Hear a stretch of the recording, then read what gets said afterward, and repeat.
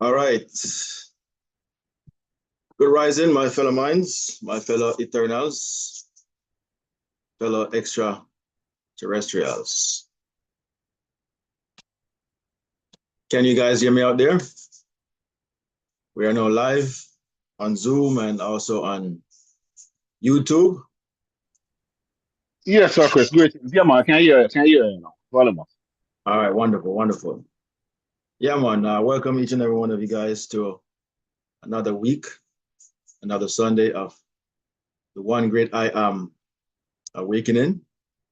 Today we have a pretty interesting and need to be discussed topic. We're going to be talking about a popular story spoken of in the Bible. All of us here have heard of it, but for the most part, did not understand it. And it's called Sodom and Gomorrah. All right. Sodom and Gomorrah will never be found, for its location is within you. Okay. Sodom and Gomorrah will never be found because its location exists only within you. That is our discussion today, to highlight what is the meaning behind all this Sodom and Gomorrah, story. And we all know of the main characters, Lot and his wife, Abraham, and so on and so forth. The children of Israel, all these people mixed up into this one thing about this so-called city some ancient time ago that was destroyed by fire and brimstone. And so archaeologists and researchers and historians and all these people are out there searching, looking for these places that the Bible spoke about in an historical point of view. We here at the One Great I Am, every week, we like to make it known that the Bible is not an historical book. The Bible is not a literal book. The Bible is a book about your mind. It's a book about your consciousness, your awareness. It's not about history or something that happened in the past, but rather something that's happening presently. We all have a mind presently. And so everything that went on in the Bible is going on right now. It's not a past tense, but present tense of the many different stories that you see. And so therefore, we simply term it, the Bible is true, meaning it has principles about it, the principles of your mind, but it is not real, meaning none of it is historical, none of it is literal, none of it was recorded in any history. And this is why they continue to look for these places, whether it be the Ark, Noah's Ark, the Ark of the Covenant, and in this case, this so-called place named Sodom and Gomorrah. Can't find it. If they ever did find these things, the search, it would have been broadcast all over the world, all over TV, all over television, and so on and so forth. They have no idea that it's telling them that these places never existed. And so therefore, the search is futile. But because they want to prove that they are right and the Bible is true, which it is, they're trying to prove that it is a literal truth. In other words, it's a historical fact. And that will never be found. It will never happen. Ever, ever. Unless you turn within and start to look within you. Sir T. Yes. Greetings, sir, Chris, and greetings to the following. Nice to have everybody out this morning. So we're talking about Sodom and Gomorrah, another piece of mythology that I mean, it has never been experienced. Nobody wasn't there that is telling the story. It's just another story that is written in an allegorical form. Yet, through the years, ministers, preachers, men of the cloth work phone assignments, work phone calling circus after all. All right, Sir T, no worries. Yeah, so what Sir T was saying there is that, the ministers, them, the theologians, the churches, historians, all these people have come together and what I call it now, fabricate a story or a storyline on how they're going to explain away these so-called mysterious or supernatural events that occurred in some biblical time, going all the way back to 6,000 years or so ago. All right, so they've been putting this thing together for many years, and have misconstrued the stories told in the Bible. And like we like to say here, if you were to read the story of Santa Claus as a grown up, not as a child, but as a grown up, that Santa Claus come down this chimney that you don't even have in your house. Most people don't have in their homes. And Santa Claus is big and fat. The chimney this narrow. And Santa Claus somehow come down this chimney and leave a present. And he does it for millions of homes, riding on a sleigh with reindeers. One of them named Rudolph. And he has a red nose. And do that every Christmas. And nobody has ever seen this man. Nobody. But yet he exists. You would have to say as a grown-up, this is a fable. This is a story just to create the spirit of Christmas, so to speak. You would automatically understand that's what it is. And isn't that what we do when we become old enough to realize that the story of Santa Claus is not a fact, it's an act, presented by some author of some kind to enlighten the spirit of Christmas. Now, also, if you was to read, say, Cow Jump Over the Moon as an adult, a grown individual, you will say, but cow can't jump over the moon. But these are the stories we learned when we were kids. And as a child, because we have a vivid imagination, at the time we believe it, because we imagine a cow jumping over the moon. Maybe they even have the cow jumping over the moon on the cover, somewhere, somehow, drawn to symbolize the cow jumping over the moon. And I'm sure that story has meaning. Every story have a meaning. That's why them call them story. All right? As in the word store, you're storing something within you, some kind of a lesson, principle, some kind of enlightenment of sort. So, yes, the stories have meaning.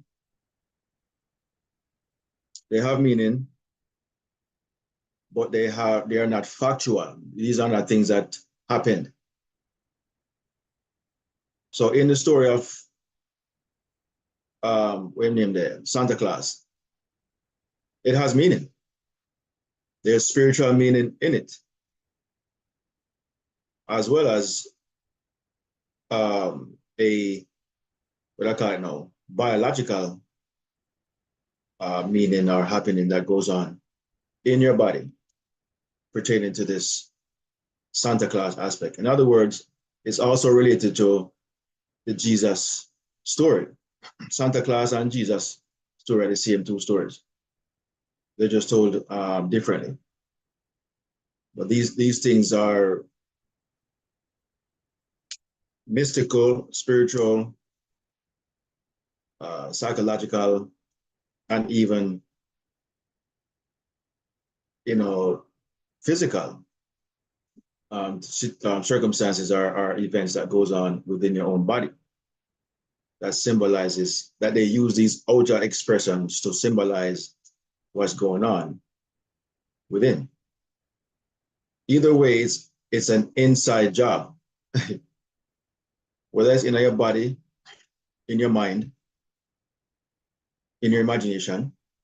It is all an inside job. It's not something that you can ever observe, you know, with these two eyes. Okay. The only thing that we're really observing with our eyes, interestingly, is what we can see out there in the universe and what we can see here on Earth. And unbeknownst to us, what we're seeing are things that's going on within. We get a front seat view of what's going on within our consciousness and even within our body. But because we're not privy to it, we don't know. That's what we're seeing. So we get lost in the world, you know, so to speak, or get lost by these two eyes and all of our five senses, really. And never come to the understanding that all that we're seeing is everything that's within. As within, so without, as without, so within. You hear that all the time. We're not seeing anything different. We're seeing our very own self, the awareness at play, and we don't even know it. And so this story of Sodom and Gomorrah is no different. It's no different. It's a allegory, meaning something that is used to somehow, some way, use physical places, names, persons, locations to express, to tell a story of something divine, something that's within. It's mystical.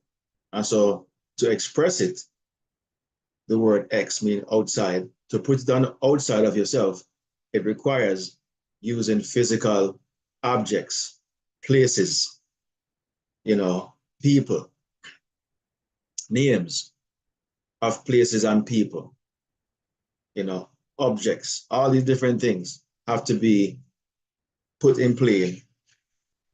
And all these things symbolizes what's going on within. And so because we don't understand symbolism and metaphors and parables and, you know, exaggerations of the mind, because we don't understand that, we take these things literal. And understandably so, because we live in a physical world. But we also live in a spiritual world, mental world. But we don't know of that side of ourselves. We only know of this side that we can identify with in a tangible sense. So we're not privy to what's going on behind the scenes in the spirit world. And so this is all we have to identify with. So anything we read, because we're not privy to that part, or that part is some kind of secret place of the Most High, or a mysterious place. Most people will call it heaven. You know, we think we can only go there after we die and all these things. But even though scripture tells you only he who descended from heaven can return to heaven. So, or we're going to go to heaven if that's not where we're from, if that's not where our dwelling place really is. But we don't really penetrate or examine these scriptures properly. So if we know from the get-go, said the book, the Bible, That's what the word Bible means, the book. If we don't realize, if we realize from the get-go that this book, as I mentioned earlier, if we're told go jump over the moon, Santa Claus, all the type of stuff is a story, and we know it from the get-go, we would not take it at its literal sense. We would try to find an inner meaning, a lesson of some kind of principle being taught in a hidden way to make it interesting, have intrigue, dramatic, and at the same time preserving the story.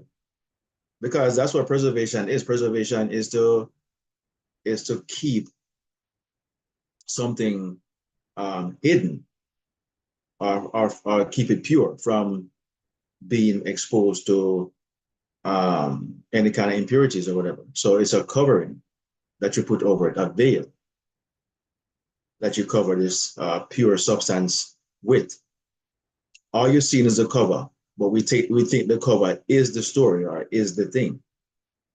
But it's what it's covering or hiding that is the thing. And so we mistake everything on the surface for the story or for the principle rather than what's underneath, you know? So today, Sodom and Gomorrah. Now, there is a stigma that's associated with Sodom that we've probably been familiar with. And it's because of the story of the men who in the story were trying to get to the angels to get to know them. The word know in mysticism or esoteric knowledge means intercourse or to become one with, you know? When you become one with something, you go intercourse, you know? And so that's been stigmatized now to mean that Sodom and Gomorrah must have existed because they were over there practicing homosexuality in those days. And when you read the Bible carefully, you will see things, references like these mentioned about the like they would say Jesus is the now they would say that God is the husband, you know, he's the husband and we are the bride. Now if you include yourself speaking as a man now, a man will say, but them say fuck the God is a man, or they keep saying the pronoun him and he and stuff like that. So how is it that I'm a bride? I'm a man. I'm a bride and he's supposed to be the husband.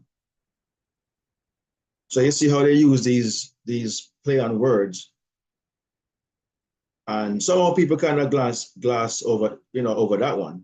They kind of gloss over that one for whatever reason. But it must be trying to tell you something.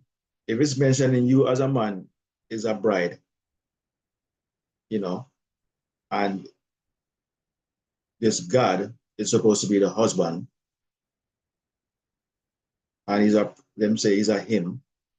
That's two of the same sex, implying, if you're reading in between the lines, some kind of relationship or intercourse. What is that about?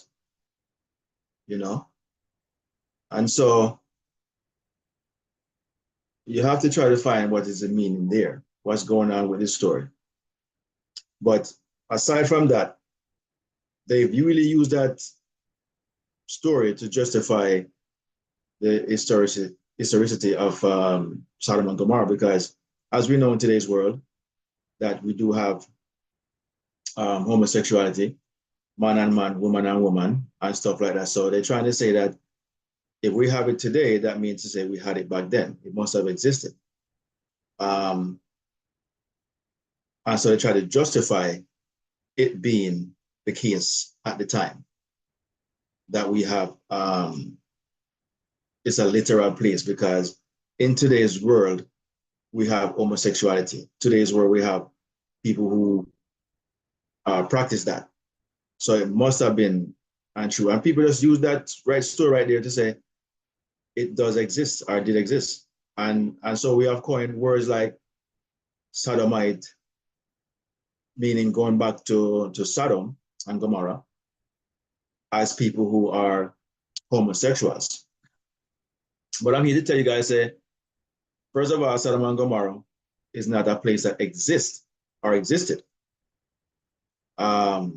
If it existed then, it should have existed today. Because somewhere, somehow, everything that like Israel and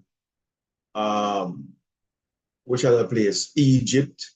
Somehow, somewhere, these places existed back then and they still exist now.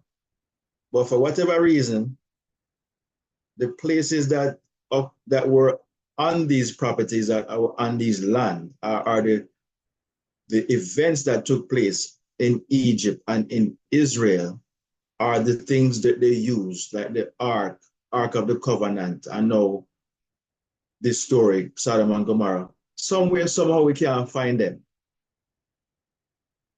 But the place in which they occurred still exists.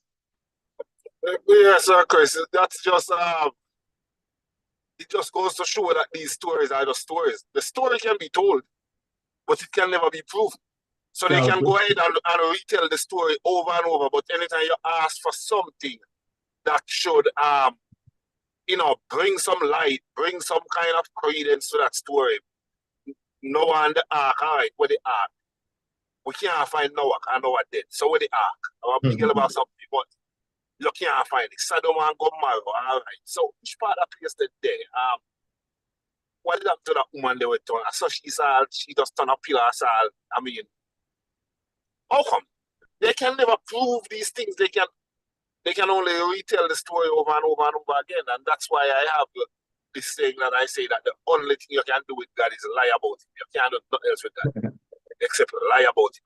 Ever open your mouth because say God, as you start about God, say you know a liar. Because you know that what you're about to say, you are the one who made it up. Either you read it from somebody who made it up himself, or you're making it up yourself. These are just stories that are told to illustrate a greater understanding than the natural story I tell you about. Because the natural story don't make no sense. Natural story don't add up. The natural story coming in with all kind of spookiness and all kind of things that we don't see happening practically today. So that cannot be what the story is trying to tell us, because the story itself is unbelievable. It would be like a man tell you the Spider-Man or Superman story. Yeah, it's a story. It's a nice listen, but it's unbelievable. You have to admit that the story is unbelievable. Why am I being asked to believe a story that is unbelievable? Why is my whole salvation, for lack of a better term, my whole future, whatever I go happen in my life, here and after, why is it dependent upon me believing an unbelievable story? Why the story couldn't be more believable if so much is riding on it? Give me a story that I can believe. If you're gonna tell me a story and ask me to believe it, at least make the story be believable. Exactly. But it was never meant for you to believe the story. That's the logical way I say. That's right. It was when you believe something, it's because you don't know. And you're asked to, like Sir T was just saying, to just accept it as it is, for what it is, which is then implying that you should not question it, just believe it. So that's how it go. But you're supposed to come to know what's going on here, not believe it. Because believe implies that you don't know. These stories are written for you to know, not to believe what is going on. Because if you continue believing, then as they say, you know, you're going to, if you stand for nothing, you're going to fall for anything, you know. So you have to look at these stories for what they really are and internalize it rather than externalize it. Because once you go external, you're going to lose the true meaning, the true value of these stories. So now I'm looking up the meaning of these words. Sodom means burning. That's why in the story they show you that it was destroyed by a fire. So the name never come because it was named before the act of burning the city. You know, the city being burnt up got its name from being burnt up in the first place. But when we were reading the story, it never said that. It identified this place as Sodom and Gomorrah from the very first time Lot saw it. But how interesting is it that it got its name because it was burnt by fire and brimstone? Yes, sir, T. You see that, you see them look back with your argument because you're right. As soon the first time the story is mentioned, the first time the city is mentioned, they tell us that Lot, like Abraham told Lot to separate himself from him because the land is not enough to sustain my cattle and your cattle. And he tell us, says, Lot lifted up his eyes and he looked upon the land of Sodom and see it green and pretty. And decided to say, all right, my spot is. So the place it done named Sodom already before it burns. So how come the meaning of the word Sodom is burnt? He never say burn when you be fucking iron seed. He wouldn't want it. No cow no want no burn up grass in the umbrella. Yeah, so the reason why I'm choosing it is because he see that it is gonna be very fruitful and prosperous for him cattle rearing. Yes. So you see that is a little underhanded thing them pass on to you. And if you don't look at these things carefully, like you go like how you went all the way to the etymology of the word now and find out whether that's word. Mm-hmm. We can't just get up and just believe. We can't just get up and just believe things blindly, like blind faith. Blind faith. I talk right now. And my mother, I listen to me. I listen to myself. I try to talk to my mother. My mother say, "Well, me no business with you. You can't come out of my yard and go about your business. Me believe what the Bible says, and I will continue to believe." that's my mother and most people approach to this thing. You know, they tell her that they build, and yet at the same time, you ask them to read the Bible through and through. Me not have to read the Bible through and through to believe. Like seriously. That's like signing a document that you have completely read and you're signing. How did they get so many people to believe this doctrine without reading it themselves? Think about it. How did they get so many people to believe this doctrine without ever reading it themselves?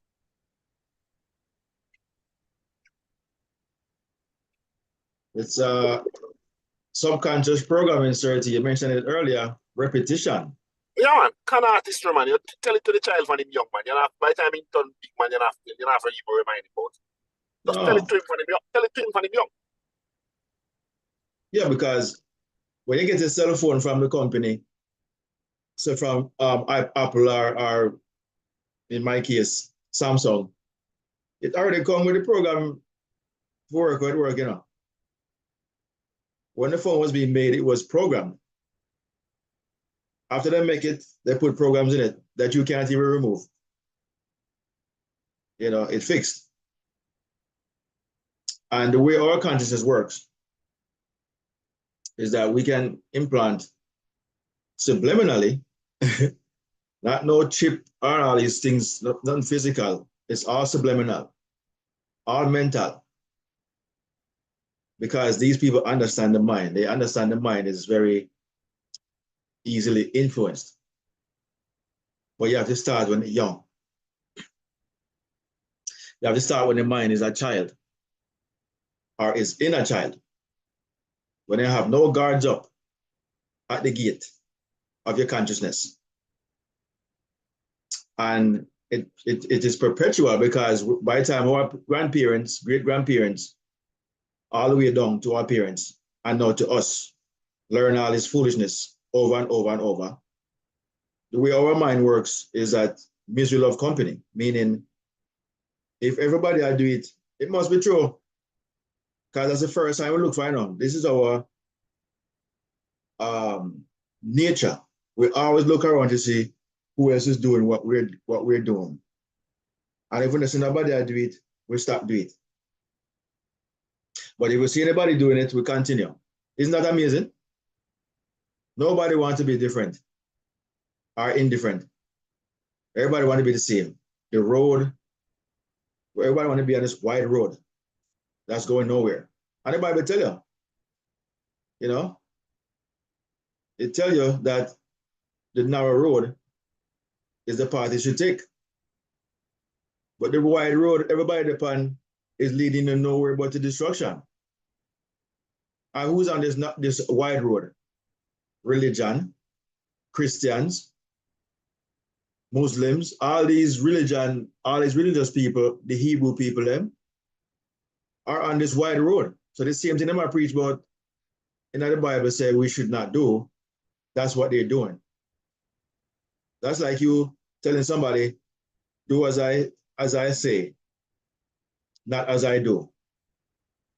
So may I do something, I may I tell you, say, just do what me say. Don't do what you see me doing. And that's what the church does. They tell you these stories, these things, and they're not practicing it themselves. Okay, sir. They're not practicing what they're telling you. But they tell you, do this anyway, but they're doing something else. Don't do what you see me I do, but do what I say, tell you to do. It's amazing how theologians, how the church, and all these places theorize. That's what they call them, theologians. What is that theory? A theory is something that's not proven. Isn't that what a theory is? A theory is unproven. So we don't know the etymology of these words, and we call these people theologians. That should be a dead giveaway right there. Don't listen to these people. They're idiots. They have no idea what they might talk about. They're theorizing everything. They have nothing that's proven. They're always researching, always trying to find. It's almost like, as Mr. Saramana came in, this came to mind. His favorite, influence in this journey of spirituality is Wayne Dyer. Wayne Dyer was the first guy I came across besides The Secret with Bob Proctor and Abraham Hicks and these guys. But long after that, I came across Wayne Dyer. And I saw Wayne Dyer on TV. On TV, couldn't believe it. Like the things we see on YouTube now. That's what Wayne Dyer was doing. Live and direct on a local television, talking about consciousness. Telling people, say, them are God. Straight to them face. I said, because I was on that path at the time, coming into spirituality, it's something I was attracted to, wanted to hear, but I couldn't believe my eyes, I couldn't believe my ears that this man was talking about. I tell these people, say, a crowd of people in an audience, big old audience, say, them are God. And then he mentioned, I'm gonna see if I can find that video. Then he mentioned this name, Never Got It. I said, that's his mentor, Never Got It. That's how come I became a Never Got It student. I said, I'm gonna go to the source. And I looked up Never Got It right away. And I've been on the journey, on this path ever since. listen to guys who don't theorize, but actually come to know, study, and dissect, and never have a saying. When say you may not, if you use your consciousness, if you don't use it, you understand? If you don't use your consciousness, you will you will prove nothing. But if you use it, you will prove something. If you don't use it, oh well, there's nothing to worry about. You can't prove, there's nothing to prove.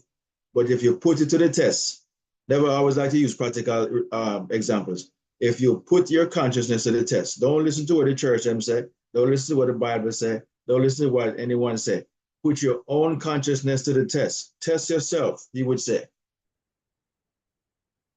And when the test prove itself to be true, to be factual, to be an experience, because you put it to the test. Don't go to church and pray.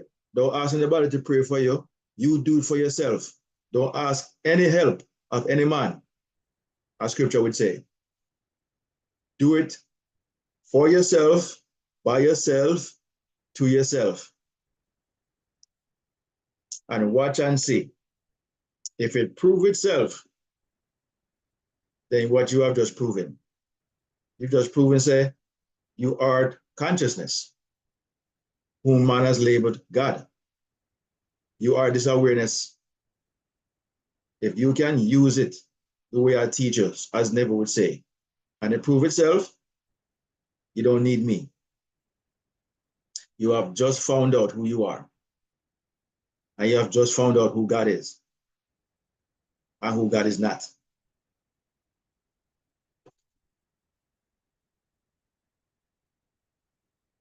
Pantheist. All these new words. Pansexual. No, you are a pantheist. Okay. That's okay. I do like that word. Pantheism. Okay. And I'd never like to say, it's of no consequence what anyone thinks of you. Only thing matters is what you think of yourself. And people like to pass judgment about others and then leave themselves out of the judgment. As scripture would say, take the mat or the mote or whatever the word they use out of your own eye before you take it out of someone else's. But as I was going to say, Wayne Dyer, yes, man. Wayne Dyer said, this is what theologians do. Wayne Dyer said, of a story of a man who came home and him drop him key outside I'm house. Outside, And I think he went inside the house. Sorry, man, can correct me. Went inside the house, came back outside, dropped the key, and he was looking for the key. He was looking for the key inside the house. He went back inside. Somehow he knew he dropped the key outside, but he was looking. Allow me to tell. He dropped the key inside the house, but he was outside looking for the key. Why was he outside looking for the key? Because outside you have the street light, maybe you have his outside light. So he was using the light outside. This is what we do, and theologians do. Instead of using the light inside of his own house to look for him key that he dropped inside the house, he went outside because he saw that it was lit. And he was out there looking. His neighbor came to him and said, I saw you out here looking for something. Where I look for? And he said, oh, I dropped my keys. And the guy said, where did you drop the keys? Oh, I dropped them inside. So why are you outside here looking for the keys? Oh, he said, because there's light outside. So I'm saying, now, of course, this is a metaphor, an exaggeration of how us as human beings, primarily these Christians, theologians, or them process things when it comes to esoteric knowledge, you know, they don't look inside themselves because inside of yourself is dark. You can't see it. There's no way to penetrate it with these eyes. But these eyes can see outside. Them can see the light. So you pay attention to what's going on outside and never turn your eyes within to see what's going on. Because nobody has ever taught us how to look within. So you spend all your life looking outside for this key. The word key there means the meaning of life, like whatever you're looking for, you know, the truth. You're looking for the key to life, the truth. You're looking for it on the outside of yourself. You're only going to find the truth within. But because inside is dark and outside is lit, you're going to stay outside. Metaphorically speaking, that's what we as human beings do. We spend all of our lives outside of ourselves, in the sky looking for God, talking about Jesus, talking about all these characters, Moses, Abraham, Lot, all these people we spend our lives exercising rather than innercising, meaning to go within ourselves. And this is why we never find ourselves, because ourselves is not on the outside. We look at ourselves in the mirror, look at our skin, and we think that's who the self is. That's who we are. It would almost be like looking at your own shadow and thinking that's who you are, your shadow. Because this is what this represents, a shadow. Okay? This is just a reflection. What does your shadow do? Your shadow reflect you, this body. That's giving you an example of that you, the spirit, the self, the consciousness that you are, is reflecting this body. Replace the word belief. So, sorry, man, I say. Replace the word belief with knowledge or no. The above definition, and it should be straight. Our pantheism is the belief that the universe and God are the same, or that the universe is a manifestation of God's nature. The term comes from the Greek words pan, meaning all, and theo, meaning God. That's true.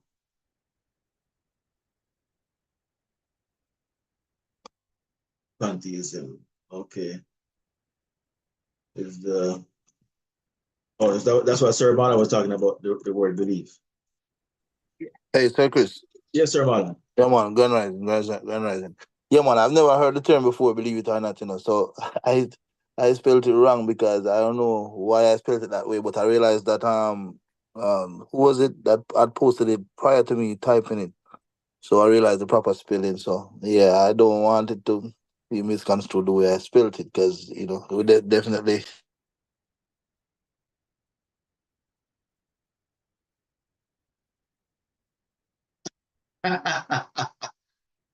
So yes, Sir Marlon. Panties. Okay. You say, oh, panties. Okay. uh, I understand, man. You weren't trying to be funny, but you were wondering when I said the word if I was talking about panty. Yeah. Okay. No problem, Stacy. Yeah. But and so yes, so Stacy said somebody told her that. And so we have all these new words now that we've been using to incorporate or to pull everything in. Because, you know, only people who are conscious, meaning aware of who we are, sees everything as one. You know, we see everything as a whole. And as I was thinking this morning, you look at water, can you tell where the water begin? Can you tell where it separates? If you look at a body of water, can you tell where it separates? Even though you can take a cup and take it out, just like that. But can you tell where it separates? Everything you see is a whole. It's a whole ocean. But can you tell where it separates? Even though you can separate it, can you tell? I was just about to say, no, Sir Chris, that's an excellent example you brought up, because I was gonna go back to the pantheism thing, saying that I never knew the term, but what I've always said that out of all even though it's not a religion, but out of all the groups that are gathered in the earth that said they're doing some kind of practice, I've come to learn that the Taoists, to me, are the most purest, based on the oneness and the fluidity of everything all in one, and the universe. So the whole pantheism thing, I don't like when things get complicated and we put in category after category after category and new words come up and whatever. But nonetheless, we understand what it said. So it's a lot of Taoist principle in that. Yeah. You know what I mean? Like when you listen to the Tao Te Ching and thing, and just as you mentioned about water, and Bruce Lee was a Taoist, and stuff. So it goes right back to even what his name said. What's that guy again, man? That is channeled the guy that does the channeling. I forgot what the entity name is. He said when somebody asked him, who or what is God, he said, God is all there is. Oh, you talk about some of the Daryl Anka, I forgot what the entity name is. He call himself a name, man. Yeah, man. I know Barack. No. That's his like his alter ego. His name is Daryl Anwar or something like Daryl Anka. Daryl Anka, I think is his real name. The man himself. But the entity who him channel, I can't why it elude me right now. I can't imagine that. But anyway, that's the bottom line. He said, yeah, man, he said God is all there is. Bashar, thank you, Stacey. Bashar. Yeah. There it is. Yeah, man. He pretty much said it all in that one statement, So you go back to the whole pantheism and them something, and even back to the Taoist thing, Just want to add that. Your mic. All right, brother. Yeah, man. Thank you for that reminder, Stacey. Yeah. Bashar, very interesting character. That guy is very, very spiritual, very knowledgeable of this self, and can't be a better answer than that. When anyone say who's God, so God is all there is. And most people try to wrestle with that, like Jacob did, to separate this entity from its so-called creation. Put it aside and say, no, man, it is separate from itself, from all of its creation. It's not its creation. It's somewhere far beyond our comprehension, our ability to see or to come to know or whatever. It can't be the things that we see. The things that we see it made, but made from what? That would be like me, making a table, but the tree was not used. They made the table from the tree, but where's the tree? The tree never existed, but yet I have a table. When you see the foolishness, can I make a table without having the tree for use? The tree is this so-called God becoming the table. You understand? So everything you see is a becoming. It became something from something that already exists. Can't make anything from anything but itself. But yes, see, we try to say, no, man, all things are made by God, but God is separate and apart from these things. So God is some kind of magician that we have some kind of wand, and all these things just come together and become physical. But it don't mean say it is from the source. It's made by the source, but it's not from the source. And we here can't do nothing. We can't make anything on this planet unless it came from something, unless that thing already exists. You show me one person who make anything where come from something that does not exist. You show me that. Everything we make come from something that already exists. You understand? And when we make these things, we say, well, because I made the table from the tree, then I become separate from the table or separate from the material that I had used. And that is a misplacement of how awareness works. Because you cannot create a table unless it was first within your consciousness. What is that showing? That everything is becoming what they are, firstly from what your consciousness became in the first place. You ever see an artist drawing something that he's paying attention to?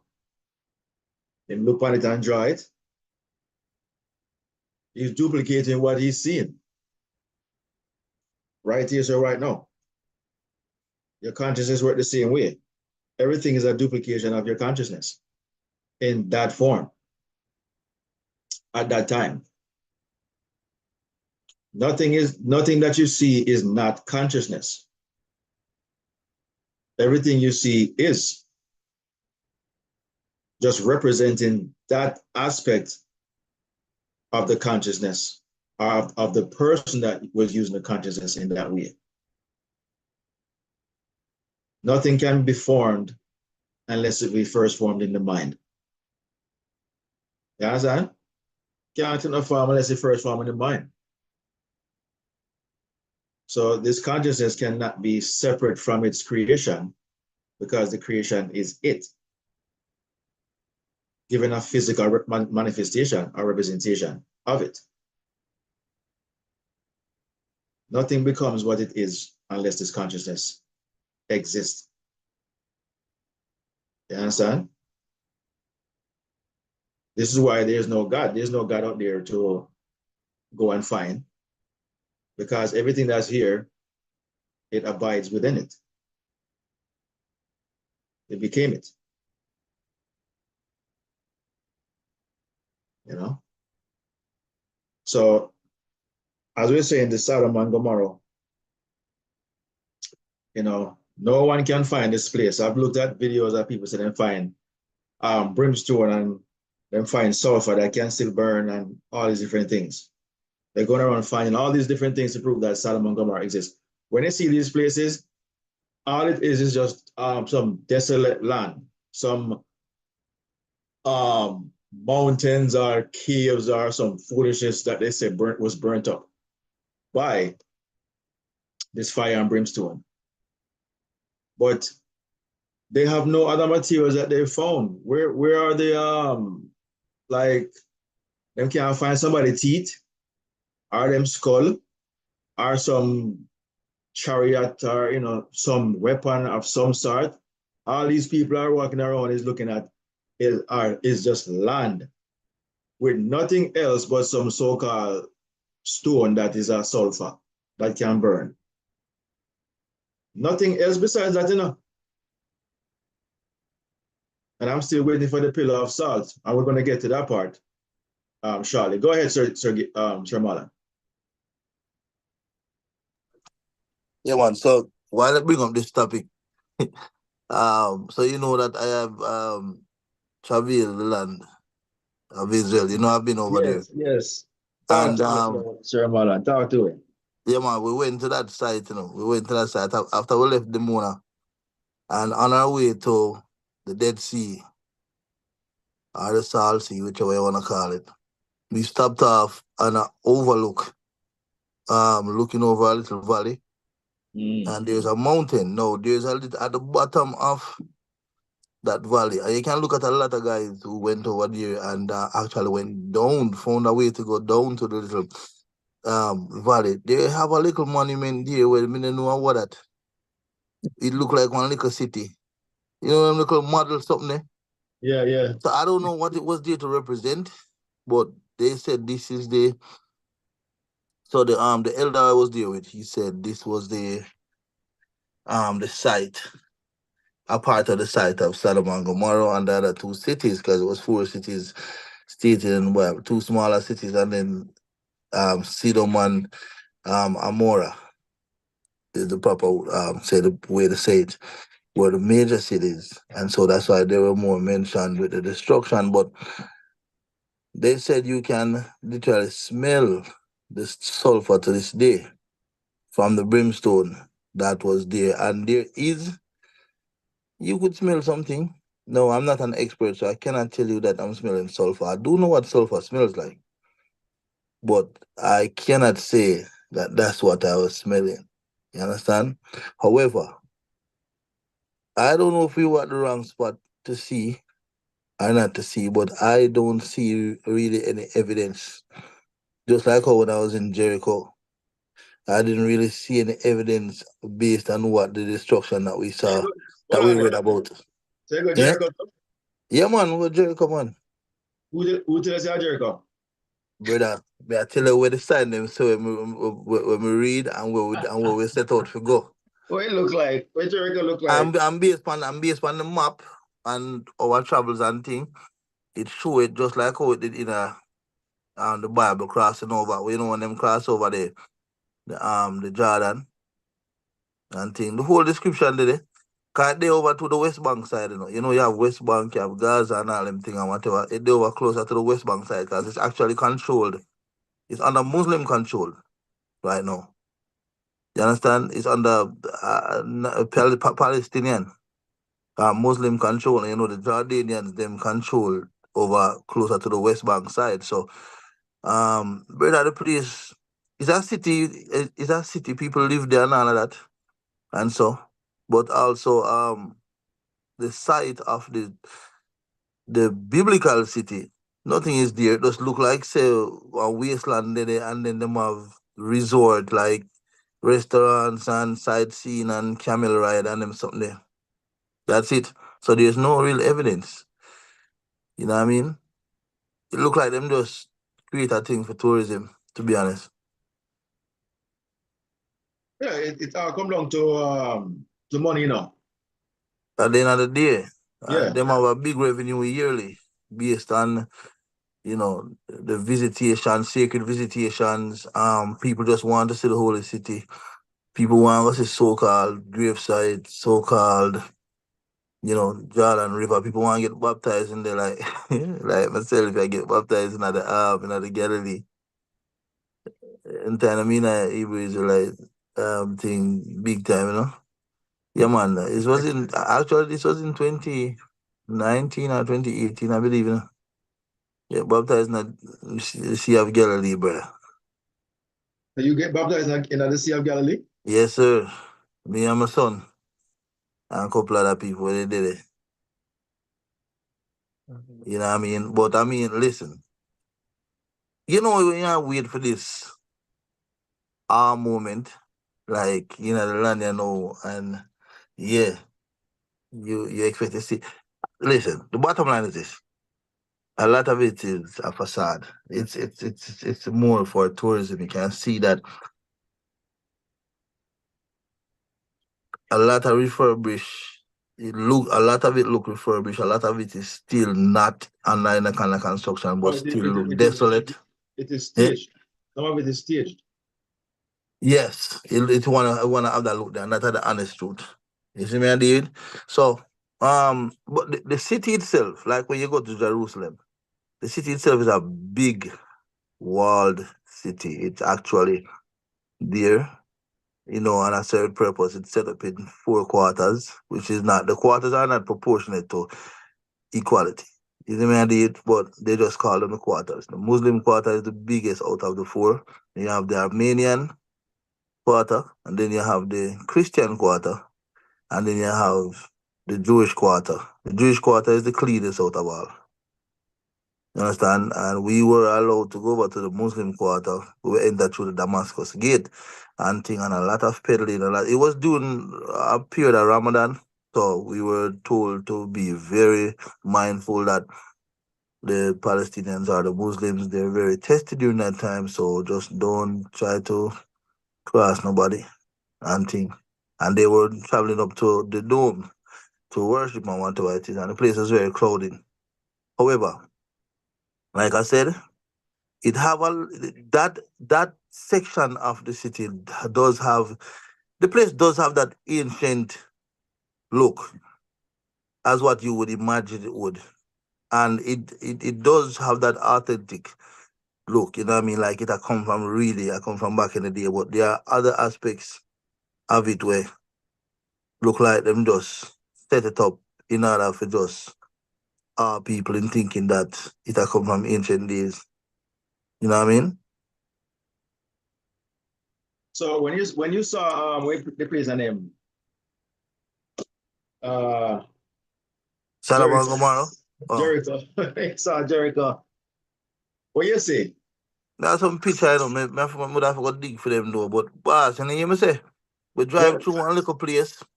did did you Eh? see any buildings that fell down on top of each other? No, you're not gonna see that. You're not gonna see that, You're not gonna see no ruins, You just see a desolate place. When I say desolate, it just look like It's a supposed to wasteland. It it's doesn't look like supposed a to wasteland like nothing it's fall supposed down to have and it's supposed to have ruins though, because um it was a city constructed by I will live the Babylonians them, something like so. they do what? Live there, the Babylonians them. No man. Who live away? Jericho? What the people of Jericho the name again? I know the Hittites. Um, can Google it. But no man, I know the Babylonian. Babylonian, no man, Babylon is a different culture altogether, man. Babylon I come from Nimrod them time. That are the heights of the Babylonian society. You understand? So it's a total different thing. These people are everybody who live across in the promised land, because this was supposed to be the promised land, and Israel was supposed to wipe out everybody and clear the land so that they can possess it. So they started with Jericho. You understand? When them cross over the river from the wilderness over into the river now and decided to possess it, led by Joshua. Um, they started with Jericho. And all these people who dwelt in this land would be considered Canaanites. This is the land of Canaan. Yeah. Yeah. So you have the Every, Hittite, every, the everybody Perizzite. everybody will be seen as Canaanites. Yeah, because you have the Hittite, the Perizzite, all them people that were Israel conquer, wipe them out, put them under the ban, meaning man, woman, and child. They didn't let none of them stand. Jericho was one such place where they put under the ban. Based on all of this is based on the writings. Put under the ban. So they were supposed to wipe out man, woman, and child because Jericho was said to be wicked. And so Israel needed the land, so they had to go. Even though them didn't occupy the land for the longest while, now they had to go because the God of Israel say he might give to them. So they have to go over there and march on the city 7 times, blow the horn 7 times, and stamp 7 times and watch Yeah, the city fall. And then Rahab yeah, was spared because she helped the two spies, the two Jewish spies. yeah. So, her and her family were spared. You understand? And she Check was this a out. whore. Huh? Check this out. No, it says that the Israelites infiltrated into Canaan and largely adopted the culture of the Canaanites, according to the Bible. The Israelites killed every person and animal in Jericho. Can you imagine that? Every person Mm-hmm. would be women and children, Mm-hmm. would Yeah, that me include just say they were told to put them under the ban. women You and understand? children. Mm-hmm. Um, when we fight wars today, are we going out of our way to kill women and children, or are we just fighting the men or women who are in the military that's fighting the war? Isn't that the aim is to kill the ones who are fighting back at you, but not to kill the entire. Wipe out the military stronghold And of that Israel of could that Israel could, could civilization. wipe out Israel could wipe out Palestine right now, right? Mm-hmm. They could kill out everybody. I mean, it happens. I'm just saying, why are they not doing what they did back in the day?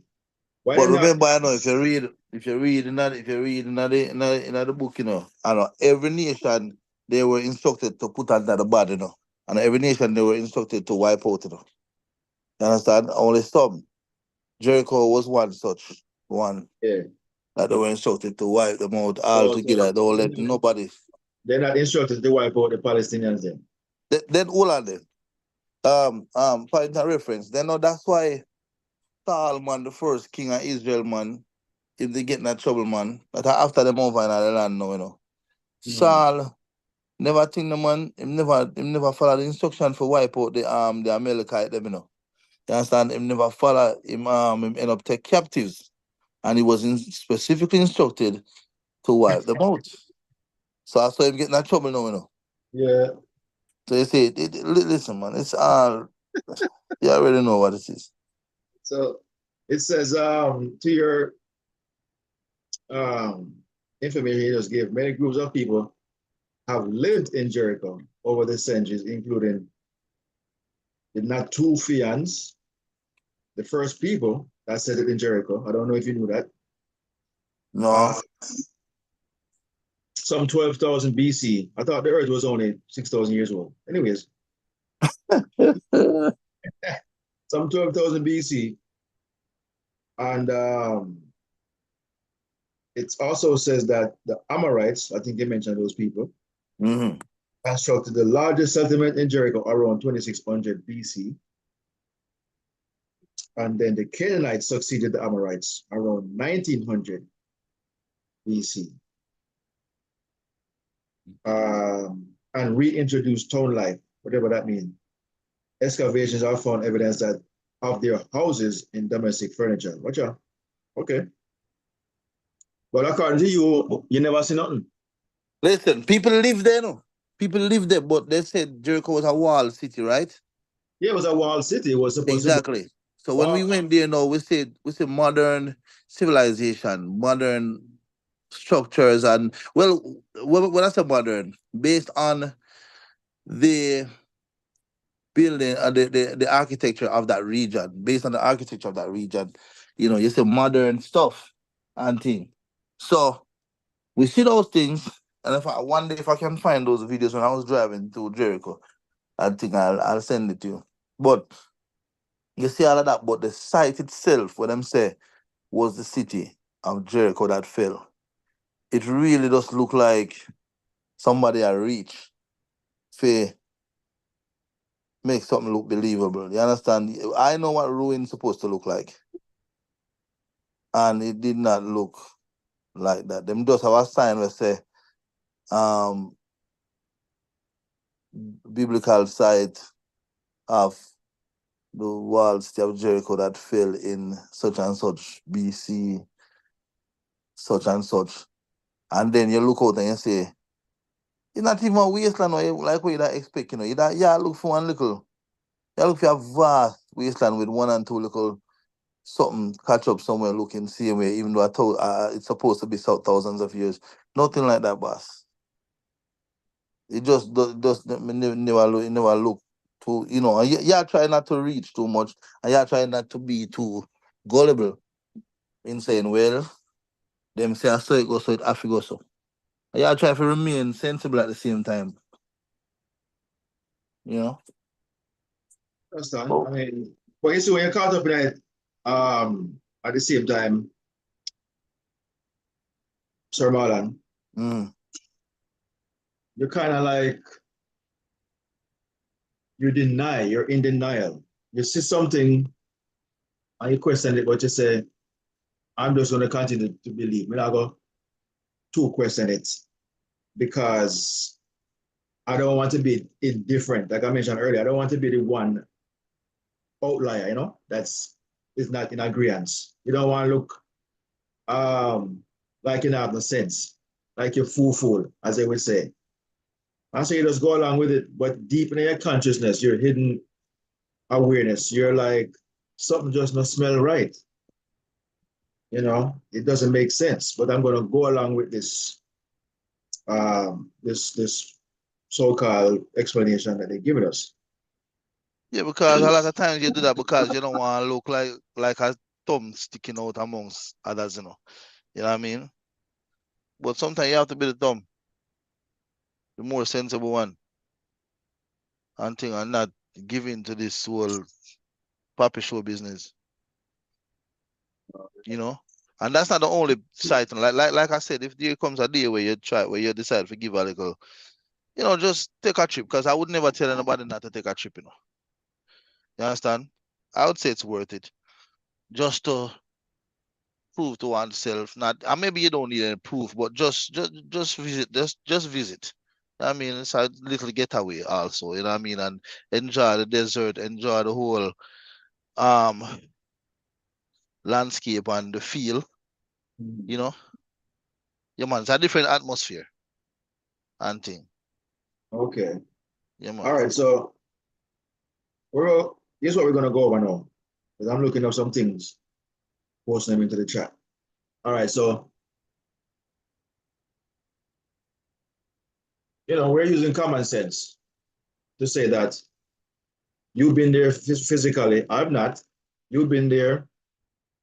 Um, Other people have been there and stuff like that. And based on your own saying, your own testimony, that these places look like them stage. They weren't really what you expected, given the history and so on and so forth. So we're saying here that these places never existed. And me personally, Sir Marlon, I don't have to go there if you know say no exist, you know. But now I forgot it. I know these places don't exist. I don't have to go there. I know that because I understand my consciousness, my awareness. I understand what the Bible is trying to teach, the principles of the Bible. But it is good to visit these places and you can compare or see for yourself. So when somebody tells you, say, that has not been there like myself, and they would die, sacrifice them life to prove that these things happen, you can say to them, look, I don't believe the Bible is real. It's a historical place. As a matter of fact, I've been there. I can show you, I explain to you why I don't believe that. Aside from having the knowledge of your awareness, knowing how your awareness works. This story of Sodom and Gomorrah, is only explaining to you your consciousness. your awareness. That's all it is explaining. It is talking about your lower mind and your higher mind in conflict with each other. Always is. It tells you from the very beginning that the snake will bruise your heel and all these type of things. It is a metaphor or symbolic example of conflict between your higher and lower self, or your higher mind and your lower mind. The lower mind is your conscious mind. The conscious mind represents the flesh, the body.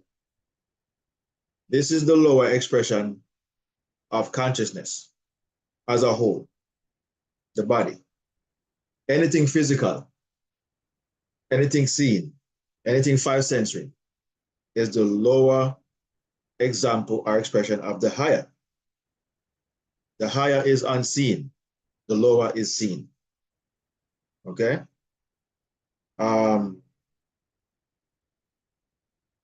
If you look up the word Lot, the name Lot, in its esoteric meaning or mystical meaning, Lot means a veil. What is a veil?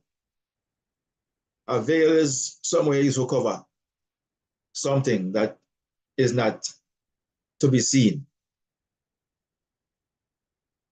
It's a veil, a cover. Okay? Or means something hidden. Lot told Abraham, look, I like that city, I'm going over there. Abraham said, well, Lot, if you choose right, I'll go left. If you choose left, I'll go right. It's of no consequence. All right. How can we look at that esoterically? Lot here, the veil, represents the mind, the lower mind, or the flesh, the decision maker. Listen to what the story said. Lot said, and it was in a plain, Plain,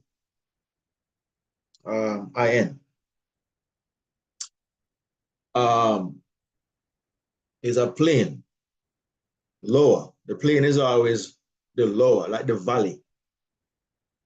The mountain is up, the plain is low. It I tell you, esoterically, But because we're not privy to these things, we're just reading it as some kind of historical event. All the while, it's telling you to your face what it's talking about, but it's using physical expressions that you can identify with to hide. The word Lot means hidden or veil, to hide the truth until you discover it. It's a game of cat and mouse or hide and seek. It's not apparent, it's hidden, but you shall find it. Abraham here is so many play on words. Abraham here represents your consciousness, the father of many nations, right? That's who Abraham represents. That's what Abraham name mean, the father of many nations. Your consciousness is the father of many nations, many nature, many desire. You can see that's what it means. In my father's house are many mansions, many desires. Lot said to Abraham, but like what they say now. Abraham said, look, Lot, if you go right, I'll go left. If you go left, I'll go right. Whatever decision you make, I'll do the opposite. What is Abraham saying there? He's giving Lot the decision making. Your conscious mind is the mind of decision. You make the decision, whether you're verbalizing it or thinking it, or imagining, meditating. You have to do it consciously. Okay? That is a part of your consciousness that goes first. It is the firstborn, the first seed. The body and the mind are one and the same. Anytime I use the word man, you're talking about mind. Okay? This body is a representation primarily of the lower part of your consciousness, the conscious mind. So the conscious mind is a veil or covering of the higher mind, of all the things that you desire that exist. You like the watchman at the gate. The conscious mind is the man at the gate. As in the story with Jesus and the 12 disciples. The 12 disciples is your conscious mind that has 12 aspects about them. About it, I should say. The conscious mind is the watchman at the gate.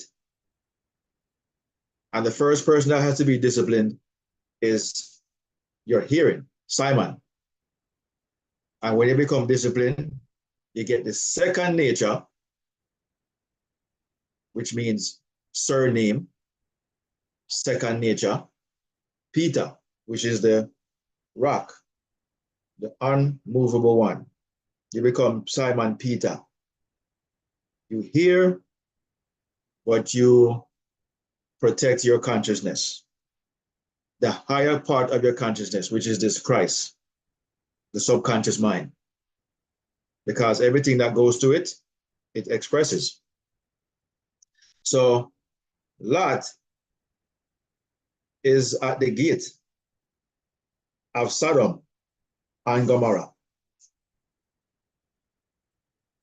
You're the watchman of your own consciousness. So Sodom means, it got the name because it was burnt up. It means burning. Okay, Sodom, wait there. The Hebrew word for Sodom is Sedom, Samek Tav Mem. That's the three letters that spell that word, Samek Tav Mem. No, Samek Dalet Mem, sorry. I'm going to try to add them up and see where it comes to, which means burning, okay, or scorch. So Sodom got its name from the biblical description of the city being destroyed by fire and brimstone. As I mentioned earlier, it didn't get its name just to get its name. It's not a place that just got its name like that. It's from the description of the story, why that name even exists in the first place. Okay? Destroy Sodom and Gomorrah, because that's it symbolizes burning of some kind. Okay? To destroy. So that's the reason why that name came about. Gomorrah, and as I mentioned earlier, it has some other connotations about it. It says the Bible describes the people's wickedness as including rape, child sexual abuse, indecent assault, and homosexuality. So anytime something is going on in a state or country or some place that's wicked, we use the word sodomite, that these people are wicked people. But it's really addressing your conscious mind. At the end of the day, Sodom is addressing the conscious mind. The conscious mind is the mind that have all these different thoughts or desire, wickedness, evil, if you want to call it that, sexual desires, rape, abuse, and homosexuality. In the sense that it's been used or was conveying, homosexuality in spirituality or in consciousness has nothing to do with two people of the same sex. Absolutely nothing of the sort. If anything, all the two people of the same sex having a relationship, it's a symbolization of the consciousness in that behaving as such. Okay, all that represents is an express state of your consciousness being on the wrong end of the intercourse. What I'm saying here is that your conscious mind is always trying to figure things out itself. It's not having intercourse with the subconscious, which is the feminine aspect of your awareness. So the conscious mind is ever trying to find a solution on its own, meaning it's having intercourse. It's having a relationship with itself. Thereby, same sex or same mind. The two mind, the one mind is trying to become two, but that's not possible because in your consciousness you have one conscious and one subconscious, one male, one female, one husband, one wife. You understand? That's the only intercourse you're supposed to be having with consciousness. And when you don't do it like that, you have created the act, committed the act of homosexuality, which produces nothing because the conscious mind cannot produce from itself. It is highly impossible. Cannot. It now go produce what you want it to produce other than confusion. And so when I mention about the word plane in this drama, plane, the word plane means confusion in esoteric knowledge or whatever. It means confusion. That shows the lower plane, which is the lower mind. The lower mind, the conscious mind, is the mind of confusion. Wishy-washy, double mind, eating from the tree of good and evil rather than from the tree of life, which is the subconscious mind. It tells you, do not eat from the tree of good and evil, which represents the conscious mind. Eat from the tree of knowledge, which is the subconscious. That's the union you must have. But because you don't know these inner meaning of consciousness, our mystery, we misalign the knowledge. Sir Marlon, go ahead, sir. I saw you had your hand up. I just wanted to get that point across. I hope you remember what you have to say.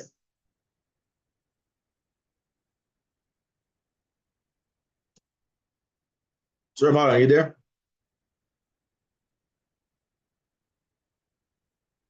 Like you have to take a call or something. Just if you can't hear me, just raise your hand when you come back. Yeah, I had to take a call real quick, but I will come back. I will come back. No man, go ahead, man. No man, no, I actually am engaged doing something otherwise. I'm listening, but I can't talk right now, so I'll come back to it. All right. All right. Yeah, so that's who Lot represents. So that's why Lot is the main character in this whole story, Lot is the main character in this whole story.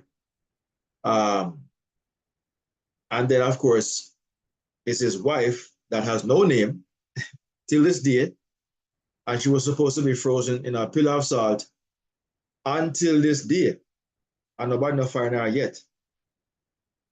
But she was frozen in a pillar of salt because when she was leaving Sodom, she disobeyed what the Lord told her not to do, was to look back. And there are so many ways you can interpret that when you talk about the mind and what have you. But your conscious mind, Lot, you know, is hiding the head of creation. It's a cover over the head of creation. It's a veil. It's a foreskin. The body is a foreskin. Four meanings only mean what you see first. Okay? The first thing you see, foreskin. And whatever is behind what you see first, the foreskin, is the head of creation.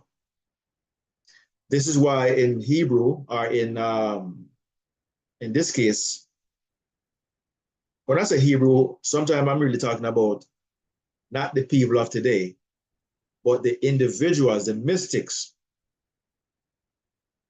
who wrote the Bible. Them me attack. Not these idiots who are running around talk about them are 15 million strong and they represent the totality of Hebrews. Not them.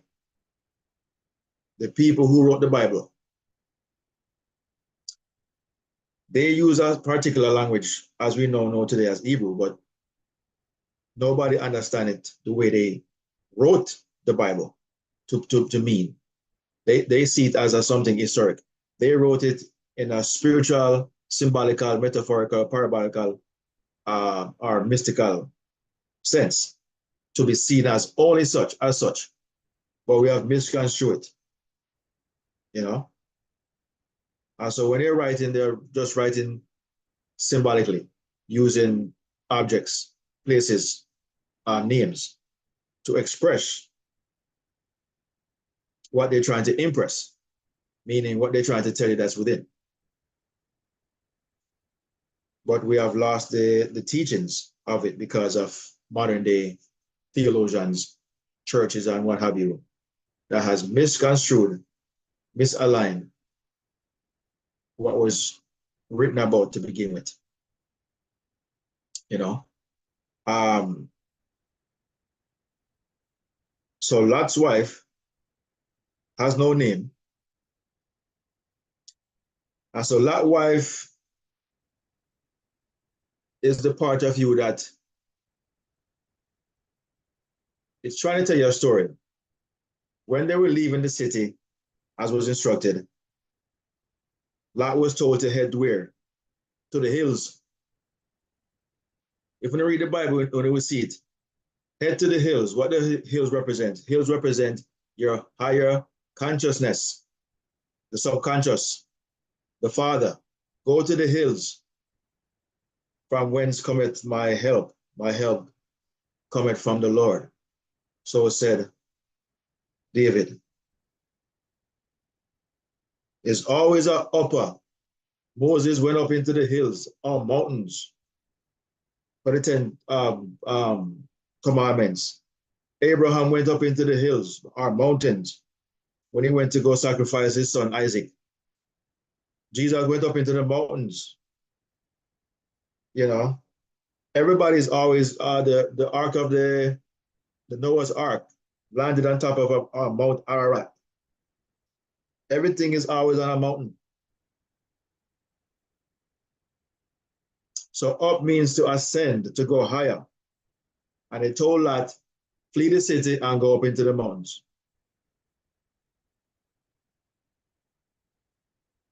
But his wife, who has no name, decided to look back. Doesn't that remind you of yourself when you are trying to leave a situation or you're chasing something that is, eluding you or that's away from you? But the thing that you're already involved with or doing, you have an emotional attachment to it. It's hard to walk away from it. And so when you're leaving,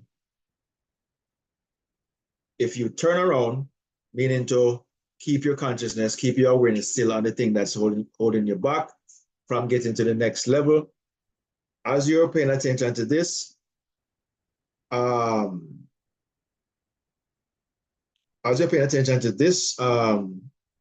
old you, or the old idea of you, or the old experience you're going to be frozen.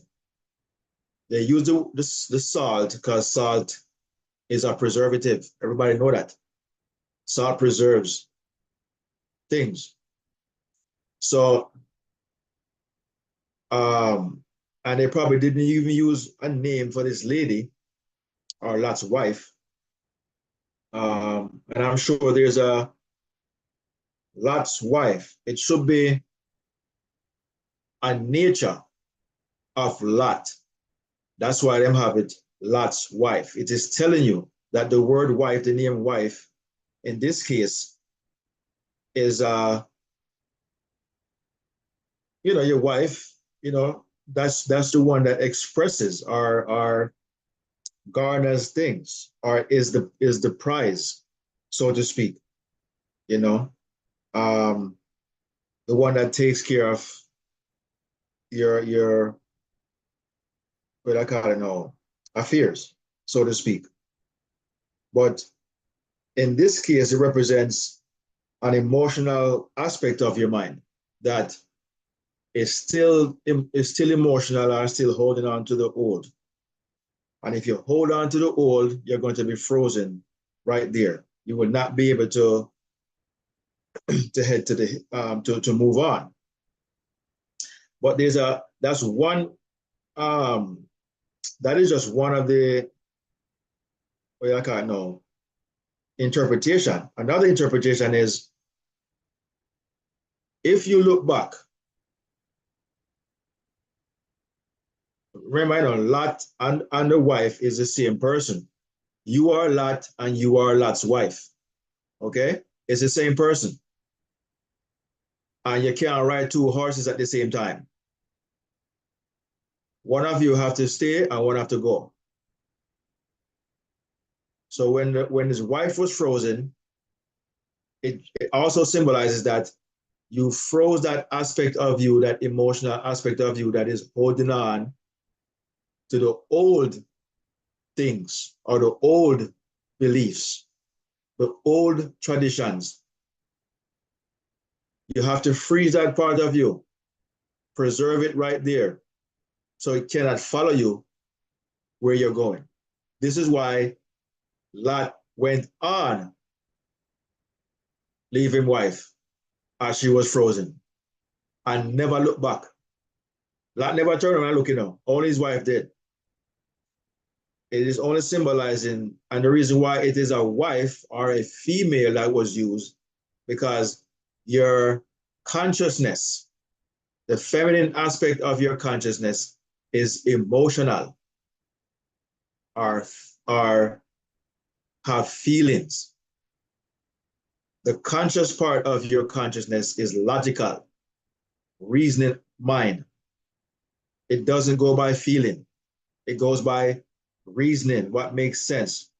You use logics to decide. You can't go by your feeling because it will trick you. So you have to make this thing make sense and make a decision. But because you have two aspects of your mind, one logical, one emotional, one reasoning, one with feeling, you have to use them accordingly. Only use the mind of feeling in what you desire to express or desire to experience. There are ways to use your mind in that aspect. But because we're in the city of Sodom and Gomorrah, which is the place of desire, that's where you're in now. Sodom and Gomorrah is a place of desire. This is why they had all those experiences with the man and the crowd of people and the two angels coming into Lot's home, and the man them come to Lot asking to get to know the two men that went inside, inside Lot's house. And Lot went outside and told him, said, no, man, you can't mess with those two guys right there. this is where we've misconstrued the story, thinking that these men were trying to have sex with the men, homosexual behavior. And all it's symbolizing there is the conscious mind. Those crowd of people out there, they're representing the thoughts that are in your conscious mind. And they're always trying to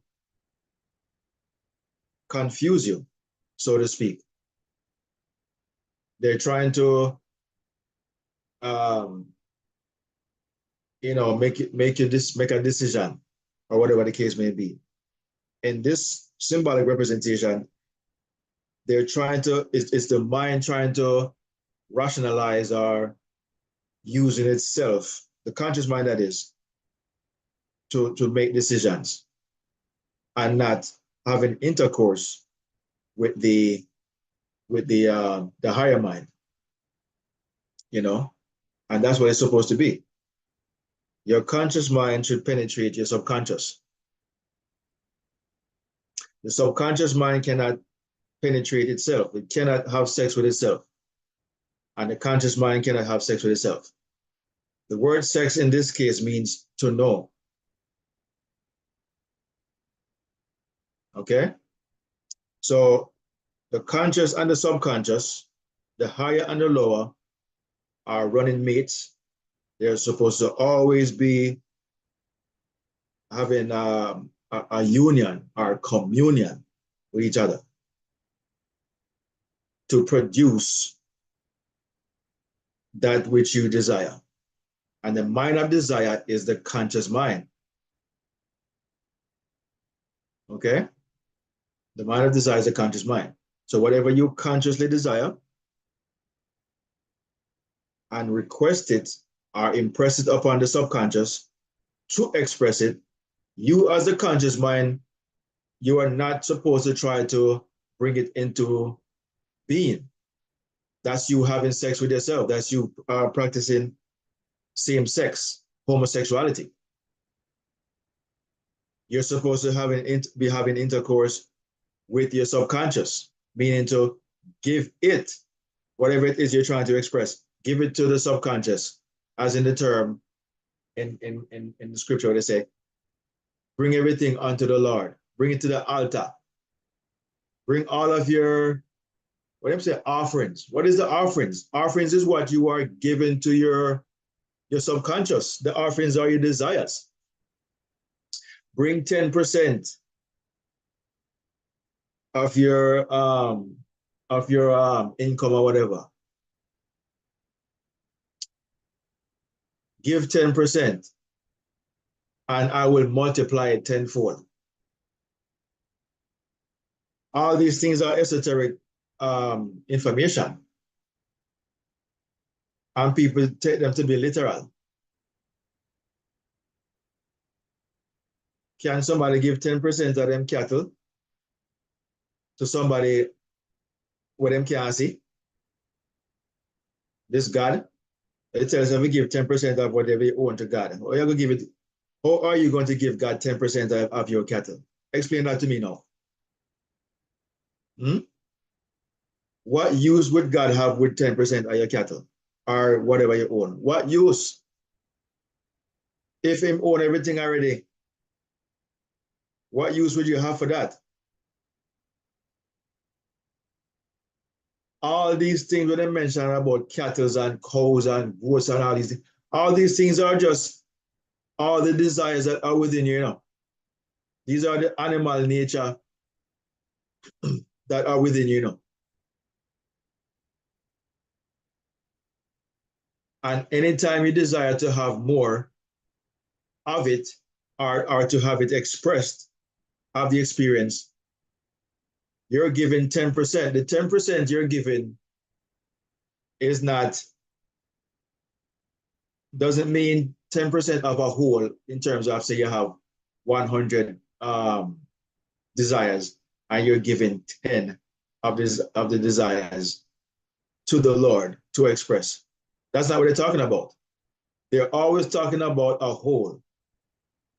And 10 just represents the yod, the the 10th letter of the Hebrew alphabet, all these things.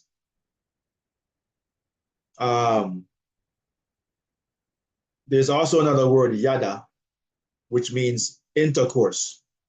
Yada means intercourse, and it starts with a yod.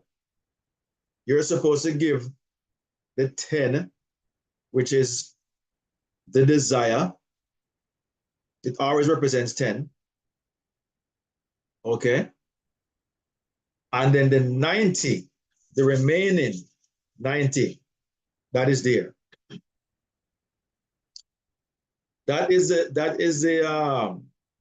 the side of you, the part of you, which is the abundant side, the subconscious. Okay? The conscious mind, excuse me, can only give a segment at a time of the whole. It cannot give all of it. Only a segment at a time, a portion at a time. Just like how you plant a seed into the earth. The seed represents, in this case, the 10%. Okay? How we know that? Because the word yod, or the letter yod, means it is the smallest letter in the whole 22 letters of the Hebrew alphabet. So how could something so small be so powerful? Why is it so powerful over all the other letters in the alphabet, in the Hebrew alphabet, the yod? Why is it? Why is it 10? And it looks like a hand, but it's the shape of a, but it represents, it's so small that they say it's like a seed. It's a seed. It's the smallest letter, and it is in all 22 letters, including itself. Every letter that's in the Hebrew alphabet, the yod begins it. Every letter is began by with the yod, and by the yod. Every one of them. And it's symbolizing that it is a seed that becomes more of itself. Much, much more. So when you plant a seed on the ground, it becomes a tree. It multiplies this seed tenfold. Why does it say tenfold? It becomes 100%. It becomes a whole. So when you put in a tenth of your desire, whatever, it multiplies it tenfold. 10 times 10 is 100. It symbolizes a whole, the entirety. This is where they get the idea from, this Big Bang effect. There wasn't such thing, but it's symbolic. The Big Bang theory is that some small, very, very tiny, what you call it now, atom, or what's the other word they use?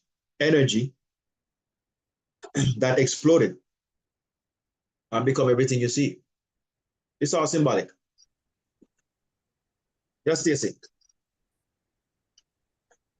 I'm sorry. My finger touching up. Okay, no worries, no worries. Thought you had something to say. Your finger keep touching the Yes, me try come lay down and finish listening, I say. So the phone to me one-footed right now. Officer. So all right, sis. a bit of struggle a while ago. Sorry about that. Oh my, a good one. Okay. You know, so the story is trying to tell you so much. The Sodom and Gomorrah. You know, so who's Gomorrah? Talk about Sodom, but when I mention Gomorrah, what does Gomorrah mean? What is the Hebrew or esoteric meaning of Gomorrah? All right. And why was it two? You realize that everything I talk about two. You had Lot and his wife. You have the two angels. You have Lot. In the beginning, it's talking about Lot and Abraham. You know, it I try to tell you. Then you have Lot chose to go to Sodom and Gomorrah.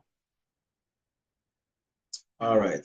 So everything is talking about two. These two they're talking about there symbolizes, you can say a couple of things. Flesh and the spirit are the spirit and man are the conscious mind and the subconscious mind. The conscious mind represents the flesh, represents man. The subconscious represents the spirit, the soul, so to speak. Okay? And so Gomorrah, see if we can find it. Gomorrah means a sheaf of grain. Sheaf of grain. What does that mean? Grain symbolizes abundance, sustenance, fertility, and the cycle of life. Okay? Also goes on to say that wheat symbolizes the interconnectedness between humans and the natural world. There goes that pantheism or pantheist expression there, highlighting the importance of corporation and community. It carries spiritual and religious symbolism, representing spiritual nourishment, growth, and transformation. So Gomorrah represents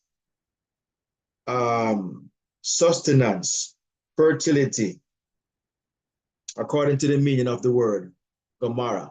It means a sheaf of grain. Grain here represents symbolically abundance. Now, let me just tell you about the seed that you plant. Does not it become abundant? Because what's within the seed lies, what I call it now, dormant expressions. They're dormant in the seed. All the seed has is potential. The seed only means potential. It becomes power once you implant it into the earth, which represents the feminine aspect of consciousness, and it produces the power that was always in the seed. But until you plant it, it is just potential. Okay? No potency whatsoever until you plant it. And we have to plant it. It has to go within the opposite of itself. The seed is male, always. And the earth is female. They're opposite attracts. It's the only way to produce. It cannot bolt anything up with two bolts or two nuts. It has to be a nut and a bolt. It can't be no more evident than all the things that we have produced. Whether we are aware of it or not, your consciousness knows. So when you think of something, it's going to produce opposite ends of itself. Always. Always. And if you're trying to use the same of itself, whether it be two bolts, two nuts, or trying to figure something out using your conscious mind, or as people say, first I'm going to leave it up to God, your subconscious, without implementing anything, without first coming up with the idea and then giving it to God, your subconscious. When you say, let's go leave it for God, this is why nothing happens for people who always are waiting upon this God to come do something for them. It will never happen because You're leaving God to have sex with itself, the subconscious to produce from itself. And it cannot produce from itself unless the conscious mind impress or impregnate it. You have to always impress the subconscious mind because the subconscious mind is feminine. On this plane, meaning earth, the man always have to impress the woman. Always. That is the man's job. It is an, what do I call it now? Instinct. We don't even think about it. We know. The animal world, same thing. It is always the male trying to impress the female. Whether they have to fight another male or do some random act of some sort, and the female is just there, just a way to be impressed. The word impress means to impregnate, to penetrate, to get some kind of stimulation from the woman, from the feminine aspect. This is why a man has to have sex with a woman, and vice versa. Woman have to have sex with a man so that one can be impregnated. This one meaning the woman, until she can't have no baby. Whether they want to use artificial insemination or an actual sexual act, she can't have the baby. It is not possible. Will never happen. Ever. So with your consciousness, that is the universal difference with your consciousness, is that you as an individual, whether you're male or female, both sexes have the same awareness. One doesn't have it over the other. The only difference is it is used differently by the sexes. A man uses his consciousness with a sense of reasoning, logics. A woman, emotional, with feeling. That's why we have conflict. We have difference of opinion, different outcomes, different arguments and what have you. Because neither of us understand our consciousness. We think we're just man and you are just woman and we just have this mind using it and whatever. We're not working together. We don't realize that though we seem like we're opposite, I mean, we're separate. We're just opposite, but we're not separate, if that makes sense. We are opposite of each other, meaning opposite nature, but we are one. Okay? We are one mind with opposite nature for the purpose of expression or reproduction. Cannot reproduce if we are the same. That's why you will never see in real life, if you want to call it that, two men have a baby or two women have a baby. It's not possible. It's not going to happen. It is telling you that's how your mind works. You cannot produce from the mind unless you impregnate the opposing mind or the opposite mind. You know, you cannot produce anything other than confusion. And this is why when they use that expression in the story about the men wanting to have sex with the two men, the two angels, it is telling you that it is your conscious mind trying to figure things out or to have intercourse with itself. And you have to destroy that belief. You have to destroy that that nature of yourself.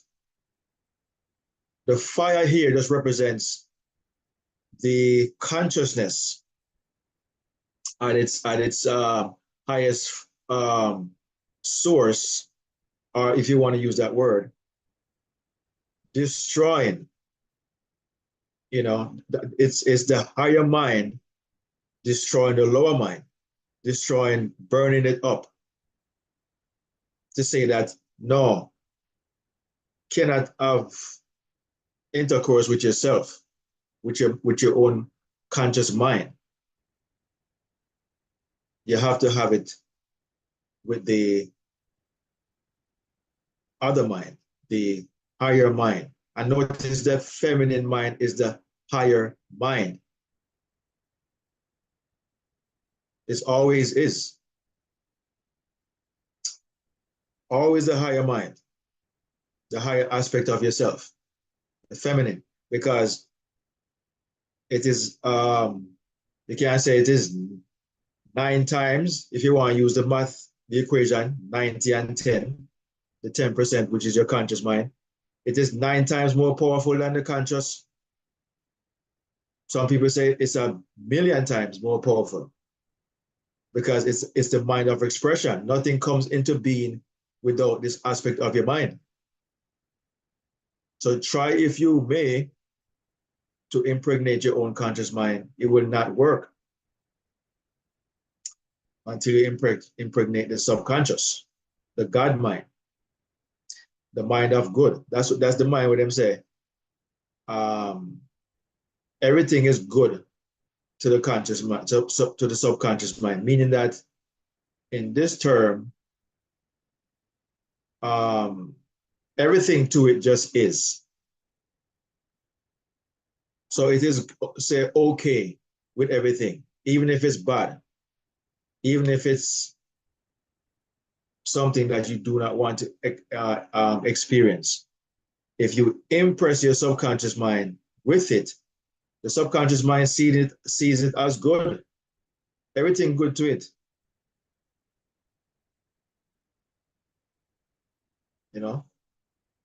Hence the word God. It's the God mind. In the creation story, when God was creating the earth, and God said, it is good. Who is it talking about there? And the subconscious mind said, it is good. The subconscious mind is also seen as the Father. So you see how they have play on words. At one point, the subconscious mind is the Father, or the Father, in a sense, is really the entirety of consciousness, the whole. But the subconscious is also seen as the Father, or the Father in me. So said Jesus. And another point, it is seen as it is the feminine aspect, the female, or the bride. These are just esoteric expressions. Give me a second. These are just esoteric expressions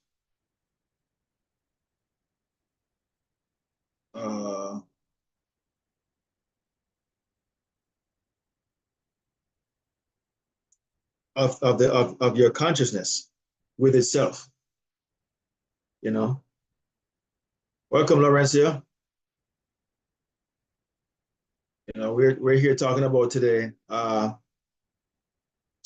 Sodom and Gomorrah. So I was just getting into the meaning of Sodom and Gomorrah, something that we were never told or taught in our life or in church, because church people don't understand it. Because they see it as a place that existed, not as a place that exists within themselves. They see it as some historical place or an historical event. And they think that it is something that's in the past, but it is a present place. That place resides within you.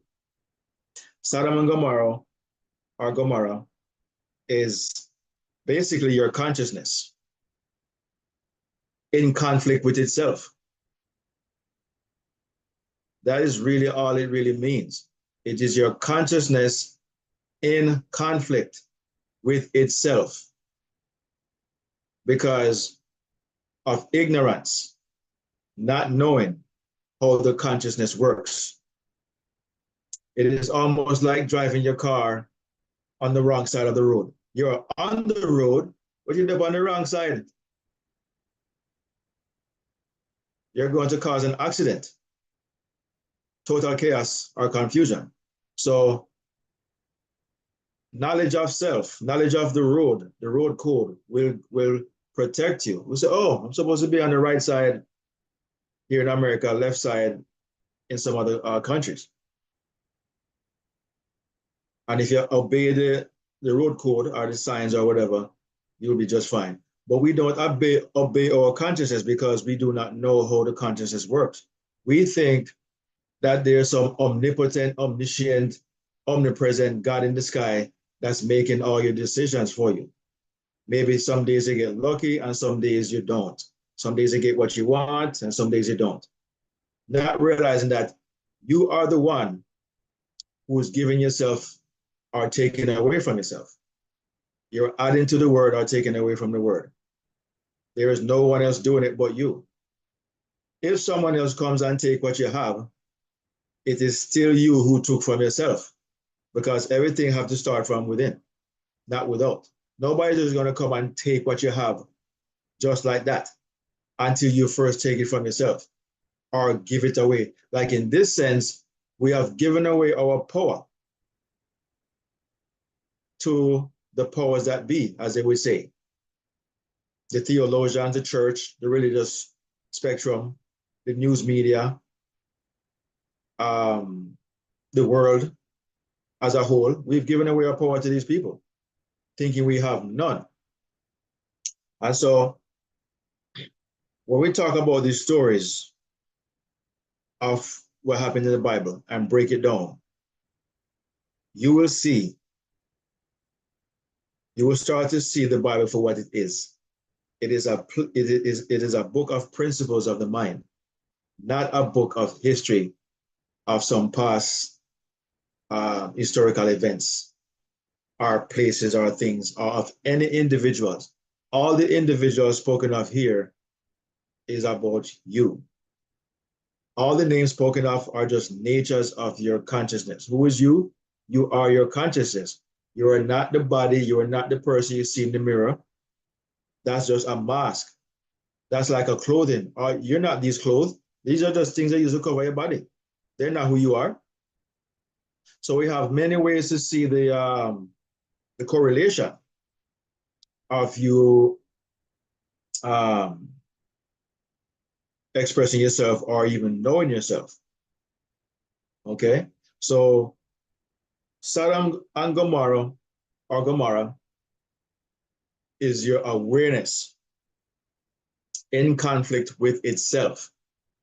And the characters on the outside, Abraham, Lot's wife, Lot's children, 2 daughters or whatever, all these peoples are just aspects of your consciousness acting out the confusion and the dissolution of that same confusion.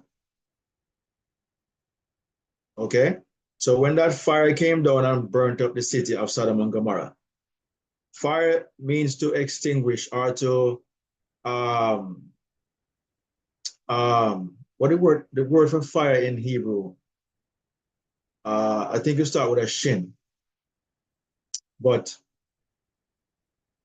it means there's an aspect of your consciousness that you use to destroy things that you no longer desire to have.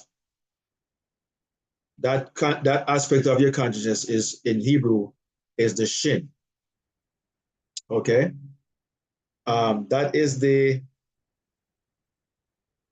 part of you that can change from one experience to another. You have to have it, or else you'll be stuck in whatever position you find yourself in. So you've been, this is more like the free will. You get to decide, yay or nay. Do I want this or do I not? Do I want to continue having this or not? That is the shin that you initiate to destroy.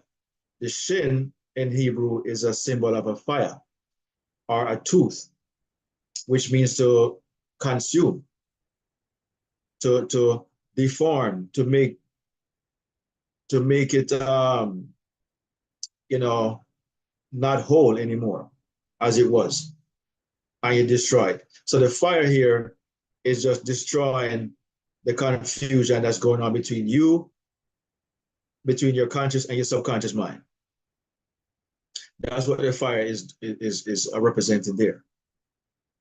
Noted that I mentioned earlier that the city, Sodom and Gomorrah, got its name, and especially Sodom. Sodom means burning or to scorch. So it got its name from the nature of the story, not the name of, not by giving the place a name. The name did not come until the story was told. It's like you writing a song and you go back and analyze the song and realize that the expression of the song was about this and about that. And then you give it a name, which means nature. You know, in this case, the story that was told was given the name based on the nature of the story, not the place. This place does not exist. There is no Sodom and Gomorrah. Never existed.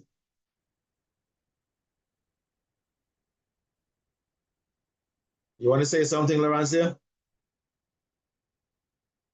think she's trying to unmute. I want to unmute button. Okay, how do we explain that to the Christians? How you explain it? Well, the first thing you have to start with is to let them know that the Bible is not a place, it's not a book of history, it's a book of mystery, it's a book of the mind. You have to set that foundation, because if you try to tell them this place doesn't exist, whatever, it's going to be an argument. You have to give your basis first, that it is not a book of history, it's a book of the mind, it's a book of symbolism, parables, metaphors. These are things used to express a deeper inner meaning. So it's a book of principles. You have to point out to them that the things spoken of in the Bible are supernatural. And we don't have any of these supernatural things happening today. So they use supernatural writings to express a natural principle of the mind that you can utilize in your own world, in your own life, and use it to give expression. So you point out examples like what I'm talking about here about Sodom and Gomorrah. You have to look up the names of these characters, what they mean.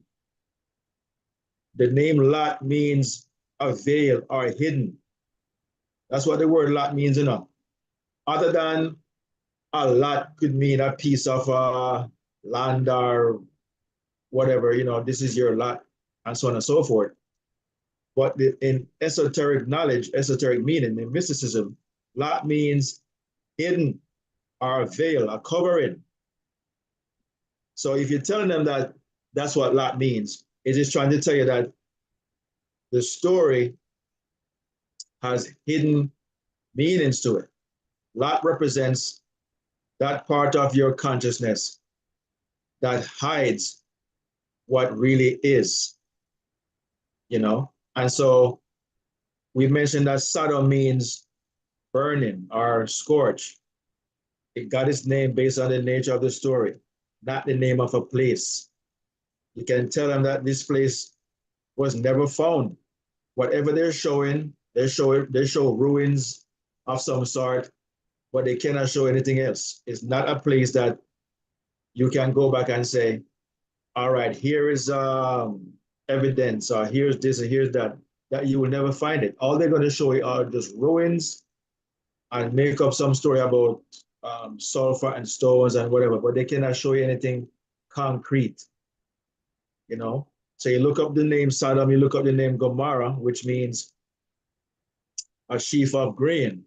When you look up the deeper root meaning of grain, grain means abundance, fertility, just something that is a sustenance. It's so why would you be using a place named Sodom and Gomorrah where one side of it means burning and the other side means fertility and abundance? Why would you name a place Sodom and Gomorrah that has two opposing meaning? Why would you be in a place that is also fertile, have sustenance, have abundance, and the other side of the same place means to burn? It means scorch. You have It's to like find, it's like wheat and terror. exactly. Mm-hmm. For example, why would you have both next to each other if it's not trying to tell you something, some principle Because of both its has truth? to grow together in order to be separated, to be sort out, right? Yeah, it is a communion. It is an understanding of the right hand and the left hand, Mm-hmm. the upper and the lower, the inner and the outer. You cannot have an outer without an inner, and vice versa. Don't you realize that a bottle has an inside and an outside? Can neither one coexist without the other? How would you know where is out and where is in if they weren't together? Mm-hmm. You understand? So everything must exist together, but it is the use. It's like you try to pour something inside the bottle, but you pour it outside the bottle. You get what I'm saying? So you must use the inside to collect the substance and the outside to hold the bottle that contains the substance. And when you do it like that, you have now used that bottle or utensil, if you want to call it that, that container, the proper way. But when you're using it the wrong way, thinking that the outside is the inside and the inside is the outside, then you have caused confusion. And what you have to destroy is not the thing, you have to destroy the idea, how you're using it. You have to destroy that part of it. Mm-hmm. Ignorance. Go ahead, Lauren. Go ahead. Okay. I was talking to this one particular person the other day, and they was telling me that I was telling them that the Bible wasn't history, like you were saying. I said it's metaphor, part of it. Or how did I say it to him? I said the Bible is not history, but it's telling you stories that can apply to you. And they told me that so you mean to tell me nothing in the Bible is real? What about canon, Grand Canyon, and how come they exist in California and blah blah blah, like the land and the pyramids and stuff like that. Yeah. So if the Bible is like metaphor or it's a mystery of the mind, how come like those land, where they talked about the pyramid, how come today they still exist? Which they did have a good point, and I couldn't answer that. Well, the Bible never spoke about any pyramids as we know it today in Egypt. It spoke about Egypt, Right? It but has. it never mentioned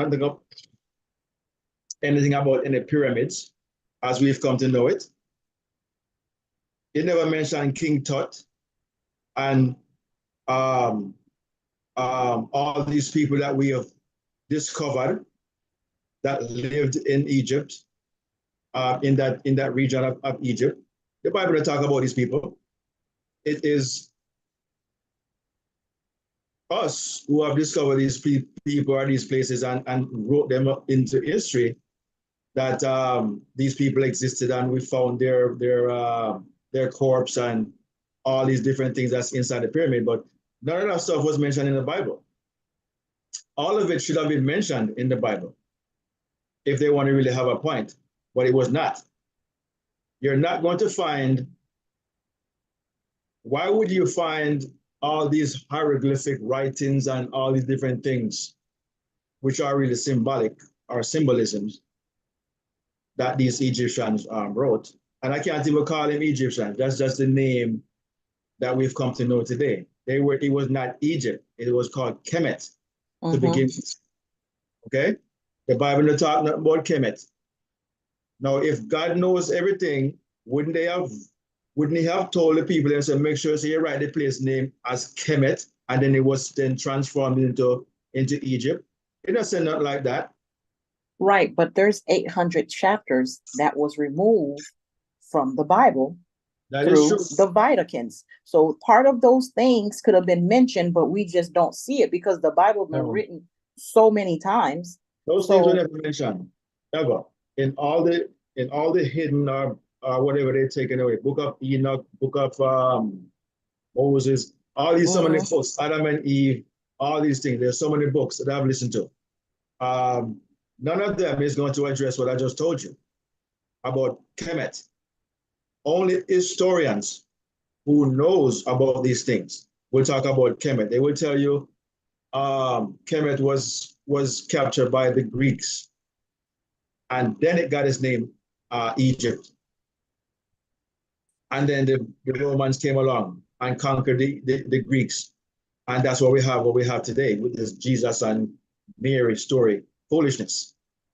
It's the same story being told in two different lenses over and over by copycats, copying what those people of those times wrote as far as they could see in terms of the knowledge of the heavens and what have you. And these people have just come down and misconstrued everything. They will tell you that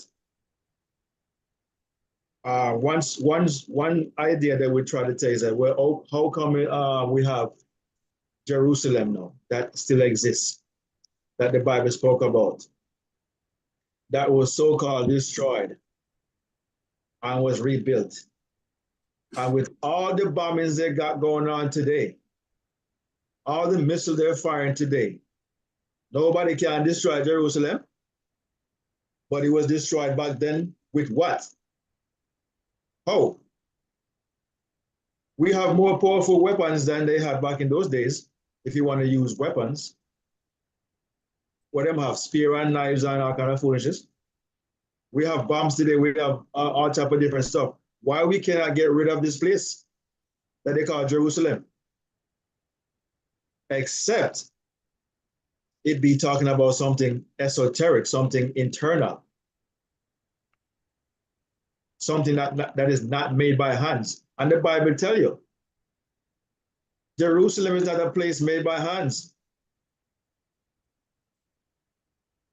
So how could you show people a building that exists and call it Jerusalem when the Bible tells you these places are not places made by hands? A church is not something made by hands. So when you show me this tabernacle or these different churches or whatever existed back then, and the Bible tells you a tabernacle is not made by hands. It's not something that is stationary. All these stories, if you understand esoteric knowledge or mysticism, when you're reading the story, you may not understand every thread, but I don't need to understand when I'm driving somewhere, I don't need to understand how everything, where everything is. I have a place I'm going to, and I'm steadfast paying attention to that. Don't get lost in the all the glorified stories in the Bible. These things are there to dramatize the story, to make it seem like real life, 5th century. They're not going to just get to the point like that. They have to glorify it, magnify it. Sir Chris. Yeah. Yes, sorry for the reason thing not working for me here. By the way, Okay. blessings to everybody. Sorry I was gone for so long. Job took me away for a bit here, but I'm back. And greetings to the sister too. Long time when I see your sister. Nice to have you, man. Straight. Uh these stories that we listen, that we read in the book, these are all plagiarized stories. And then they turn around and they plagiarize each other again. In other words, the Bible got its thesis from an older document. For example, those 42 principles of Mahat, those precede the Bible. The things that we are seeing in the Bible, the 10 Commandments and such, these are plagiarization and alterations of the 42 laws of Mahat. The Jesus born of a virgin story, that's not brand new. In a Seth and Osiris story, born of a virgin just the same. That story precedes the Bible story. The story that we read in the Bible when we read about Adam having two sons, Cain and Abel. One is good, one is evil. And then we come back and say Isaac have two sons, Esau and Jacob. One is good, one is evil. It's a plagiarization of the same story. God have two sons to one name Satan and one name Jesus. One is good and one is evil. It's just a plagiarization of the same story retold over and over and over again. All these parables that you read about, Jesus went to such and such. All these parables are telling the same story. It's just being told in a different way over. It would be like you watch movies these days. Don't you realize that these movies plagiarize each other? Haven't you been watching a movie recently and like, oh, I've seen that same scene in another movie. They just play it a different way. It's the same story being told over and over and over again in different ways. And none of it, if it was actual, then it would have to be told the same way every time. But the mere fact that you could twist and turn it and alter it, that tells you that the story is allegorical. It's an illustration. That's why you can use different examples to say the same thing. So if you get lost, if you get lost in the historicity of this thing, to think it is something that actually happened, then you're missing the message that is being sent. The Bible happens. It never happened. Let me say it again. The Bible happens every day in everybody's life. It happens, but it never happened. In other words, it's not writing of something that happened in the past. It's writing of something that is happening to everyone every day. Everybody on their journey every day is experiencing something that is. There's somebody right now who is going through his Gideon experience, while another man is going through his Cain experience, and another man is going through his Abraham experience. And that's what it's all depicting. It's not talking about some great mystical figures that were able to do some. Moses can stretch out right and split sea at one hour distances. Come on. These things don't happen in our real life. That's why I said the Bible is true, meaning it is laced with truth if you can find the truth in it. But it's not real, meaning that it is not found in reality. In your real three-dimensional world where you look around these days and see these things, a dead man can't come out of the grave after 4 years. Nobody, you could have 1 million God in your back pocket. If you're dead 4 years, you're dead. You're not coming back from nowhere. No man when in a grave till 4 years till them say him start stink. You could have good like a 10 God. You can't get him back out there alive. Him dead. And if you're gonna tell me that God once did that many generations ago, so those people could see his power and believe. Well, I want to see the power and believe too. Do it now. If you can't do it now, and it's only a man gonna tell me say you did do it then that man is gonna have to prove what I must say. I mean, I know so this thing work. I mean, in any other aspect of your life, people don't just tell you things and you don't believe it. In the world of economy or in the world of medicine or in the world of anything else. People don't just say things that are totally abstract from this world. You don't see it happening in this world, and somebody just say it and you just believe it and accept it. Only in religion, people. When you go down the avenue of religion, brilliant people with college degree put away their intelligence and all of a sudden become superstitious and stupid. We don't do that. You catch me as a circus? Go on somewhere. Sister, are you with me? I'm not getting your volume.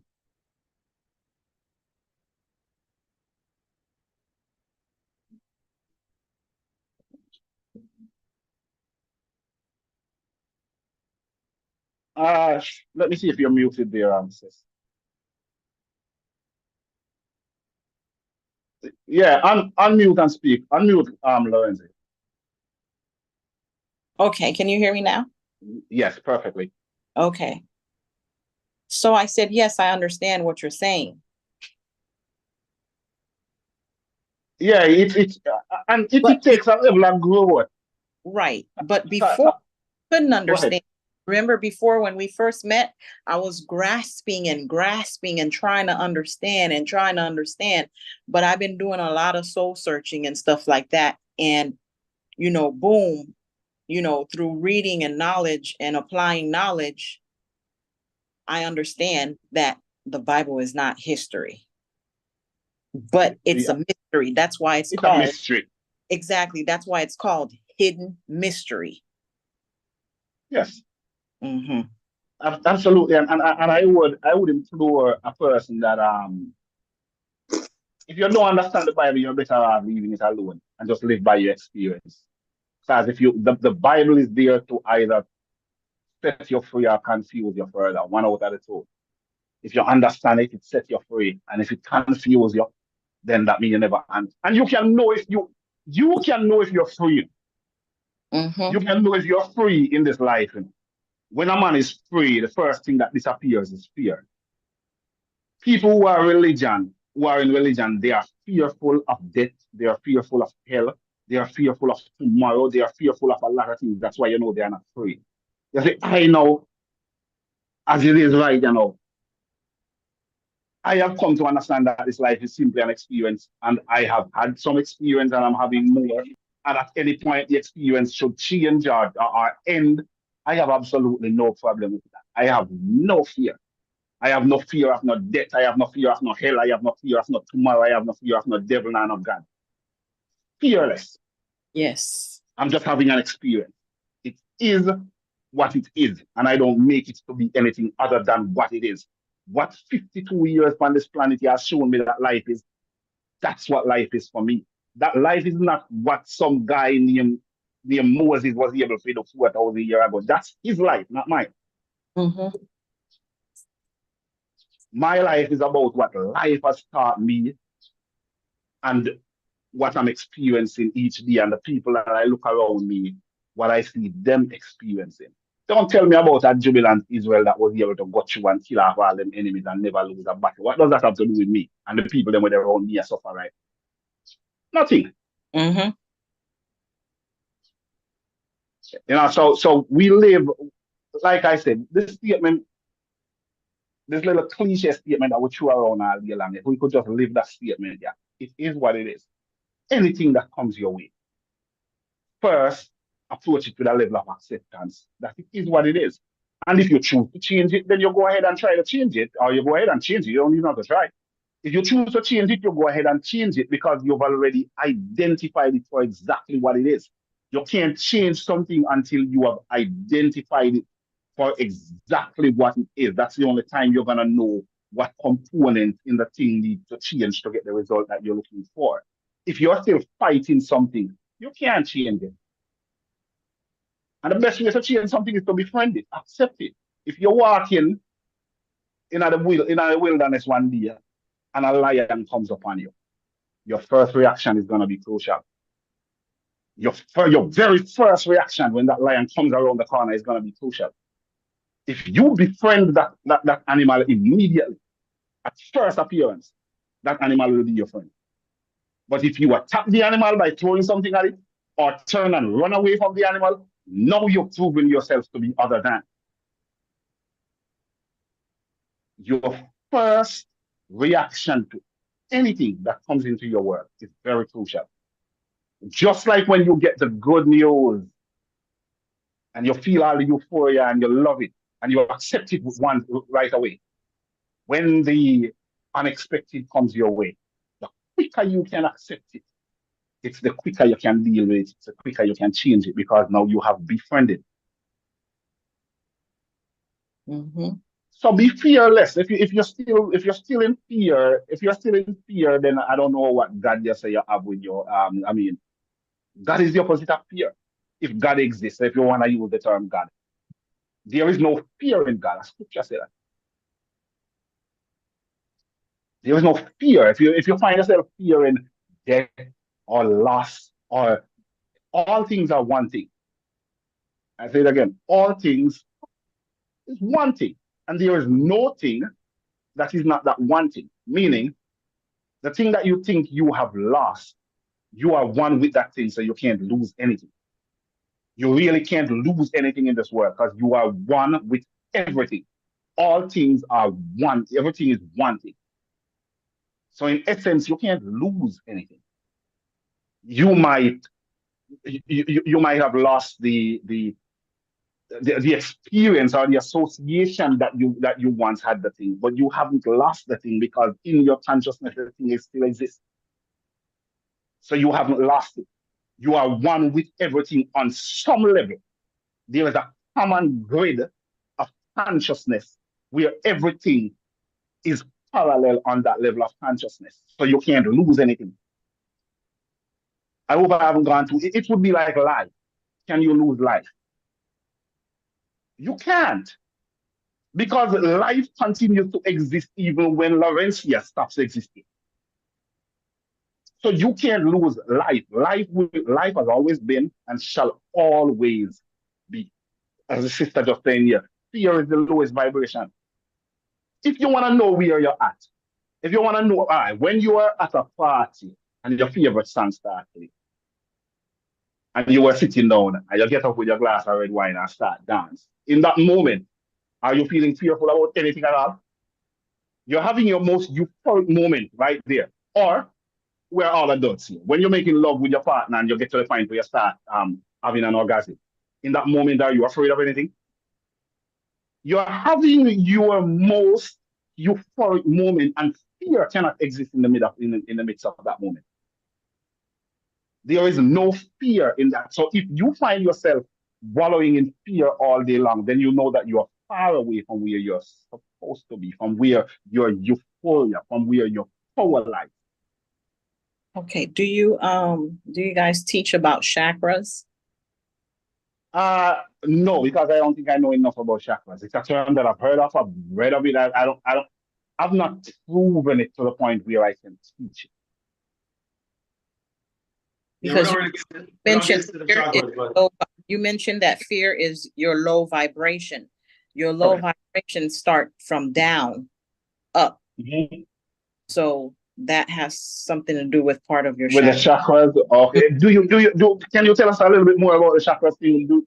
Yes, I can. Everything, like you say, is parallel and lined up. So you have your head crown. Okay. And this is where, they call it third eye or pineal gland right here. Yeah. This is your voice. I'm just like going over it, but after that, I'll talk about it again. This is your voice. Like when you're manifesting, okay, you want something, you envision something, or you write down what you want and you bring it into life. So you start from the lower, which is your chakra, your root chakra. Okay, that's called your root chakra. And from your root chakra is all the way down, like almost touching like your private part. So then you have your gut. A lot of people say, my gut instinct did tell me such and such. I should have listened to my gut. You understand? Like it makes sense, And then you have your solar plexus, I think, which is like up here, because it's all lined up like this. It starts from bottom up. Solar plexus. Right. And then your heart. Your heart is where you confess that you feel. That's where you feel. And this is where you speak. Okay. That's where your voice, your vocal cord comes from. And then your eyes. But it's a lot of studying to do with it. And it will make a lot of sense because once your chakras are open, then really there's no fear. So that's how come a lot of people is operating on 3D dimensional, because their chakras is not open. Because see, God is geometry, believe it or not. How we was born, our ears, when you look at our ears, that's how the inside of a woman womb, when the baby is forming, it's our ear, the inside of our ear. That's how the baby head starts. And it's, everything is geometric with God, how he makes us, the God of creator, etc. So if some of your knowledge is closed and it's not open, yeah, you'll be stuck in the matrix. I don't know if okay. Oh, you explained it right. Makes sense. It makes sense. Yeah, man. That Okay, lots of sense. we could do some studying on that. I probably could bring something to the table next time. Yeah, I like the chakra parallel to the spiritual Yes. because the chakra is spiritual. It's not something that is physical. Exactly. But it is there within you. Exactly. So it's not something that you're going to find inside your body. Right. But it's all spiritual. It's an awareness. It's something that you're aware of, but you will never be able to label it on a diagram. Mm-hmm. No. But it's an awareness. And I'm listening to the sister talk, and the things, like I said, the chakra thing is a thing that I've heard it. I've heard of it. I've done a little bit of reading on it. But it's not something that I find and like I said, somebody on a higher knowledge base of it might be able to, but me, it's not a thing where I can make it relatable to another person. It's not demonstrable to another person. That's why I'm not too good there, because I feel like this thing can be explained. It can be explained without going down the line of the chakras. It can be explained without going down the line of the Bible. You can explain this thing without going down so many. There is a simple way to explain. Many ways to skin the cat, and it's all zero down to consciousness awareness. That's all it's zero down to. Because if you're gonna use the chakras to explain it, like the sister just did so eloquently, it's because she's conscious and aware of the chakras in her everyday existence and her everyday experiences. And if you have a man who use the Bible, he can use the Bible same way and relate said speed, and he can use that. Or you can use your natural everyday experience from the day you're born and a child, where you see happen to you and where you see happen to other people. You can use the sun and the moon and the wind. You can use the river.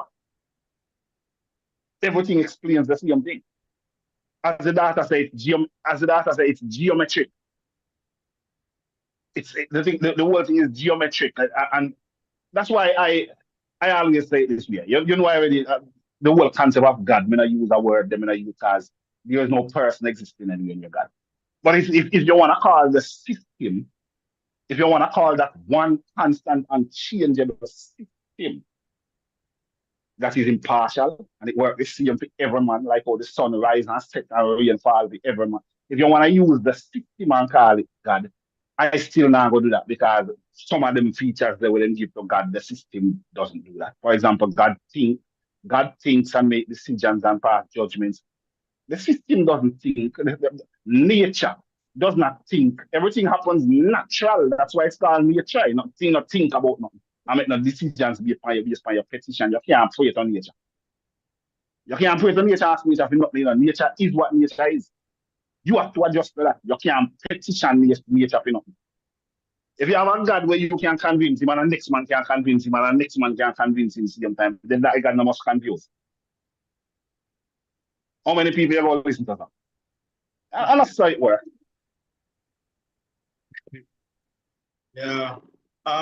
Certainly, like you mentioned that, in scripture they always having even in the story we're talking about Sodom and Gomorrah, God is there negotiating with Lot, when Lot say, So, Father, if we find 50 people in the land that is just 50 out of all the many that is righteous, are you going to destroy the city? And God said, no, not destroy the city. So like you're saying that God is negotiating with Lot and stuff like that, and then he will negotiate with this other person. Yeah, by the time you don't negotiate, this God is full of confusion. All right, well, no, I ask you a question. So Yeah. when the weatherman them put out a warning, say, yo, a hurricane, they are 105 miles off the east coast of Florida, heading straight right now. It's nice to be out there when they measure it's already a category 4. It's heading straight towards it was, can you negotiate with the hurricane or with the weather or with God? Can you negotiate with God and tell God, say, change it and nobody make it come or whatever? Listen to me, that hurricane is coming. As to how much damage it end up doing, that's gonna be determined by the people. Them if them take the one and evacuate it and do what them supposed to do. But that hurricane as it is right out there, that's nature, that is coming. It's natural. The act of God. God better ask because you're not change its mind. So God better do it, you better get in line with the hurricane because it's coming. Exactly. So if any negotiation that there is with self. Okay? You can't negotiate with no God in the sky somewhere hidden and hoping that they favor you. You favor yourself. The storm will come. You understand? But you have to negotiate with your own self and say that you have survived the storm. You don't know how, but you have. And that's it. That's your negotiation if there is any with any God. Are you going to spare me despite all the wickedness or the whatever is going on in the city? Will you spare me? You can't negotiate that with some God in the sky. You negotiate that with yourself. And you do what's necessary to spare your life or spare your family. But to sit down and ask this omniscient God to save you is ridiculous because everybody asking the same thing. And you may not be on the list of important ones. Be important to yourself. And should you perish or whatever the case may be, I still you decided. It's still your doing. For whatever reason. People have to understand that. I'm okay with it. Listen, man, what man does, man feel weak and helpless. With the turmoils of life that are bound to happen. So man feel weak and helpless, and in his fear, him create a Superman in him head. When he said a Superman there has the power to be his refuge from all things at all times. Every man that believes that enough feeling. Because every man, you will hear people repeat this scripture, I shall live and not die. Allah, yeah, tell you shall die. Them repeat it all the time, Even the other day, I see a bird, get shot. The influencer, the TikTok influencer will get shot, and I see people on it posting, well done, you shall live and not die. That's a lie. Virgin, they shall die one day. So no matter how much faith you put in a God to be your defender, that God is gonna fail you one day because you're depending on God to make sure that you live and not die, and you will die one day. And all the other turmoils that you think God is protecting you from, is either another human being protect you from it, or you protect yourself.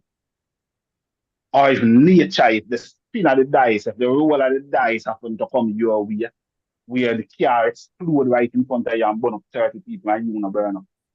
That's just nature. That's just the random happenings of nature. You could have been one of 30 remember.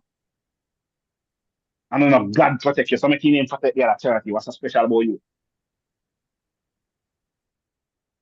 No, and man in his fear of an impending doom called death that he know him can't counter. Him create a Superman and call the Superman God. And I said the Superman is gonna protect him from that thing always.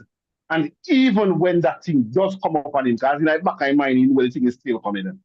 So he comfort himself now and say, if I live according to the laws of the Superman, when that thing overtakes me, that death thing overtakes me, that Superman have a place in glory where there is no tears, no sadness, no, and he's gonna take me right there.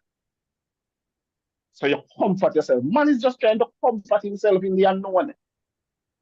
So he create a Superman and put that Superman there at the pinnacle I think now.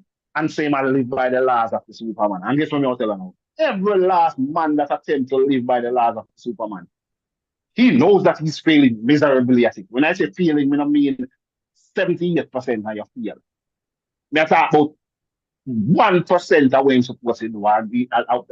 You know, none of what man, you know, to please that God. He knows exactly why he would please that God according to the book where I read. And he knows that he's failing miserably. Every last individual knows. See, when them catch TDGX in a DD video, what him say? He said, me never tell no one say me did perfect. The week before they caught him, he was the most perfect Christian in America.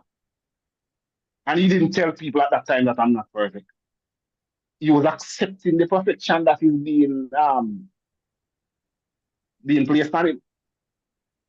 Every man in himself know that he's falling short. That's why they write it in the book to comfort yourself. For all has sinned and fall short of the glory of God. So if every man sin and fall short of the glory of God, what's the justification then in saving some man and not saving some? Because you all decide who you're saved now. What would be the justification? God. These are the things that it's men in their fear. Just live your life. You're born and you're out dead, and that's all you know. You're not sure about nothing else. The only thing where you're sure that you're there, and you're sure that you're born to reach it, because you can't reach another way. Even though you're not a witness of your birth, you don't remember it, but you can stand assured, say you're born, you're born. Even if the woman will then say your mother, and she is your mother, even if I want different woman or your mother, still born, you're born to reach here. You know that. Be a fact. And the other thing that you know for a fact is that you're going to leave here via a thing called death. No man not caught up in a chariot gone or even like no Elijah, and that dead, every man got dead. We all come here one way and we all gonna leave here one way, and that's the only thing we're sure of. We're not sure of nothing else. Everything that happens in between is random. You make some decisions and you read the rewards of your decisions, be good or evil.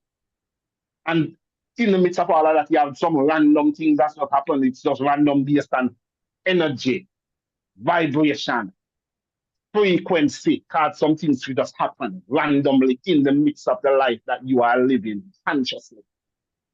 And that make up the whole life, and then you're dead. And what the big deal? Just live and understand everybody go through the same experience and be kind and nice and good to everything, not only everybody, everything and everybody, and keep a positive energy in the circle called life. Put a positive energy in it. And things will happen, the random things that happen will happen more on a positive vibration. If you're through a negative energy in the circle, you are one now who is instigating negative happenings for you out there. That's all the random happenings then. And in your personal life, just live the life where you want to live. Listen to nobody. Live the life that you want to live. Make sure you're not doing no harm. Harm no man and let no man harm you. Do unto others what you would have them do unto you. Don't allow others to do unto you what you wouldn't do unto them. That's how you live life. I need no God to come tell you to do these things. I need no God to come tell you to do these things. You don't have to love no God to know so you must do these things naturally. And live. And enjoy life and be fearless. What's the point in living to be afraid of something that is coming up on you anyways? It would be like you're in a car and the bully at school will beat you up every day. Every day him coming and punch you already, you cover away in a car. send back a right hand in him face. Whether you lick him back or you don't lick him back, him still a punch you somebody as well. You send something go in. Don't be afraid of anything in life. You cannot be afraid of something that has all the power over you. Or you're going to be afraid of God when God can do whatever he wants with you. Them say the beginning of wisdom is the fear of God. Well, I come to rewrite that and let you know that the beginning of wisdom is when you stop fear God. The beginning of wisdom is when you stop fear God. Who you fear? You fear evil people. You don't fear people who are loving and kind to you. When you're out here in the streets and out the street, you go home to the people that you trust, and you don't fear them. You fear evil people. So why should I fear God? For what? Then God is not my friend. Then say God, you say you're a Christian, you're afraid of God. You're a friend of God, yet you are afraid of God. You're afraid of your friend, then? You're fear of God. A man me fear. Man, every evil thing that has ever happened to me is a man do it. And every evil thing when they see happen to another man apart from man with dog bite up animal, do them things. A man, this year do man things. We not know God do no man nothing. We not know devil do no man nothing. A man me fear. I fear of God. People walk around and because it sounds religious and cliche and holy to say I fear no man. I only fear God. Yet when a gunman back a gun for you and worry down in a one corner, I fear ball, you can't ball. You don't fear him. Just live your life real. And speak real. I do fear of God. Me not a man me fear. The man will give us the God. That's the next thing. Fear those men, those organization that gave us a God in the sky. You know, that's who we should fear. Not the one that you cannot so-called see. It's a good trick, you know. It's a really good trick because people fear the unknown or the unseen. So it's a good trick on the consciousness, on your mind. It's what I call it now. Very clever. I get it. Very clever. To put, because our natural nature is to fear what we cannot see. Fear the unknown. And if this unknown is ever this grand being in the sky that sees everything that you do and knows everything that you're thinking, and I mean they've even gone as far as using the same Santa Claus having the same the same type of power. Santa Claus knows everything that you're doing, knows if you're naughty or nice. You know, so the relation, Santa Claus living in the North Pole. Where's North? Up, right? And him fat, full of prizes. Your consciousness is fat, full of desires, full of everything that you need, and comes down the chimney and express itself. And I wonder where this come from. You know, who gave it to me? Santa Claus. I never see him. You know, never see him. So there's always somebody who's hidden, whether it's Santa Claus or God or Jesus, always hidden. It's amazing the way you just put that whole Santa Claus and God and knowledge together. Because it's the same thing and who creates Santa Claus, no man. So why you think a man did create the other God, the Jehovah, the Allah, or whatever you want, when next one here, Yahweh them. A man create them just like a man create Santa Claus. And children believe the Santa Claus real. They not see him, so them have a belief that I think they're real. Yeah. Real. It's just the thing about it now is that you have to grow up at some point, grow up and be honest. So, you know, so the whole of them man you always said, there is a God. You know, say that they're just being dishonest to themselves. Because they know there's no God no day. They know they've never experienced that God has seen. They know that's in themselves. They know that. The most ever say, well, but what about when this thing happened and this thing happened in my life? Like I told you, random happenings happen in life on your behalf at times. And if you have to be honest, random happenings have happened in life, same way against you. Just the same. So if God was with you when the random happening fell on your behalf, who was with you when it happened against you? It's just random happenings. You will never be able to prove that the time when you were right about to go to jail because you never have no papers for your car, and right as the policeman was about to put the charge on you, whatever, at another policeman where you happen to know what happened to come on at the same time, and you say, and God said, nah, random happening.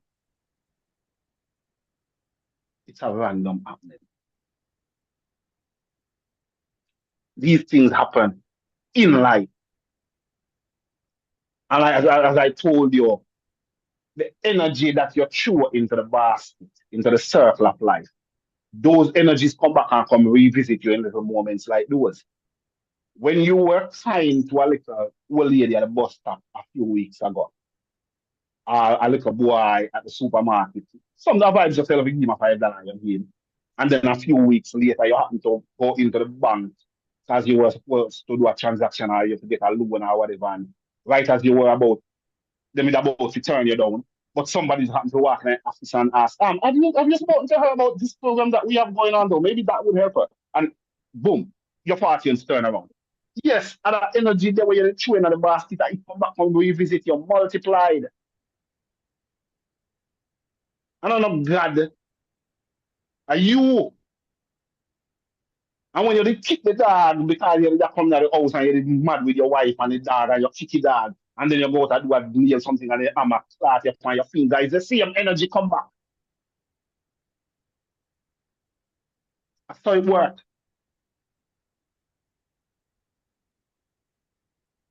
Exactly so, Charity. Exactly so. Like we tell people that some people take ownership or they say own it. If you own it, life will become so much more pleasant and so much easier because you wouldn't have any expectation outside of yourself or dependence on someone else outside of yourself. You would know that everything is incumbent upon you. You're your own president, not no president of the country or leader of the world. These people are taking away your powers because as soon as some guy become president or some lady become president or somebody becomes getting power, you think your fortunes change. All of a sudden, oh Lord, it's over now. And then you see all these things that are random and negative and what have you start proving to you that your life is over. Meanwhile, somebody else who believe the opposite say, yeah, man, it don't really matter who it is, I'm going to have this, I'm going to have that, I'm going to be abundant, I'm going to be successful. Look, I don't even care who become president or who does not.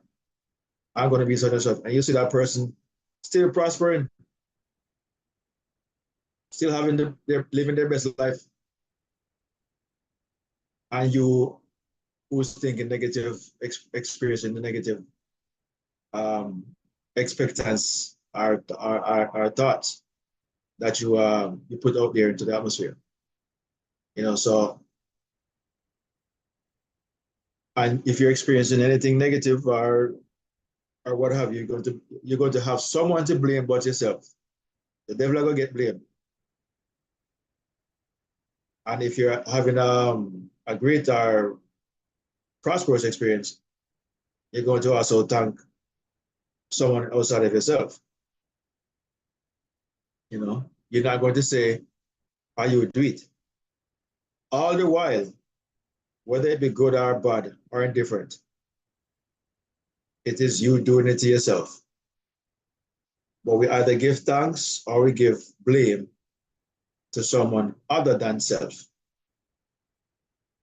And you cannot identify yourself without using the word I or the phrase I am. Can't say it and not be talking about yourself.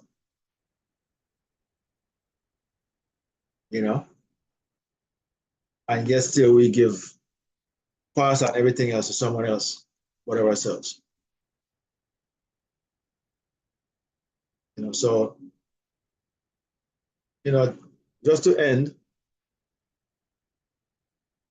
it's now 1:20, we're gonna come to a close. Just to end, you know, this title, this discussion, Sodom and Gomorrah, has been a great mistranslation, miseducation,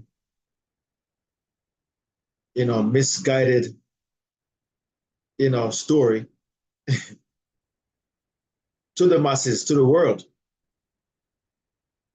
And we have theologians, we have religious people, we have all different walks of life who have bought this thing hook, line, and sinker as a absolute literal story, thinking it's a past event when it is ongoing. Ongoing. When you look around at the world right now, don't you see Sodom and Gomorrah?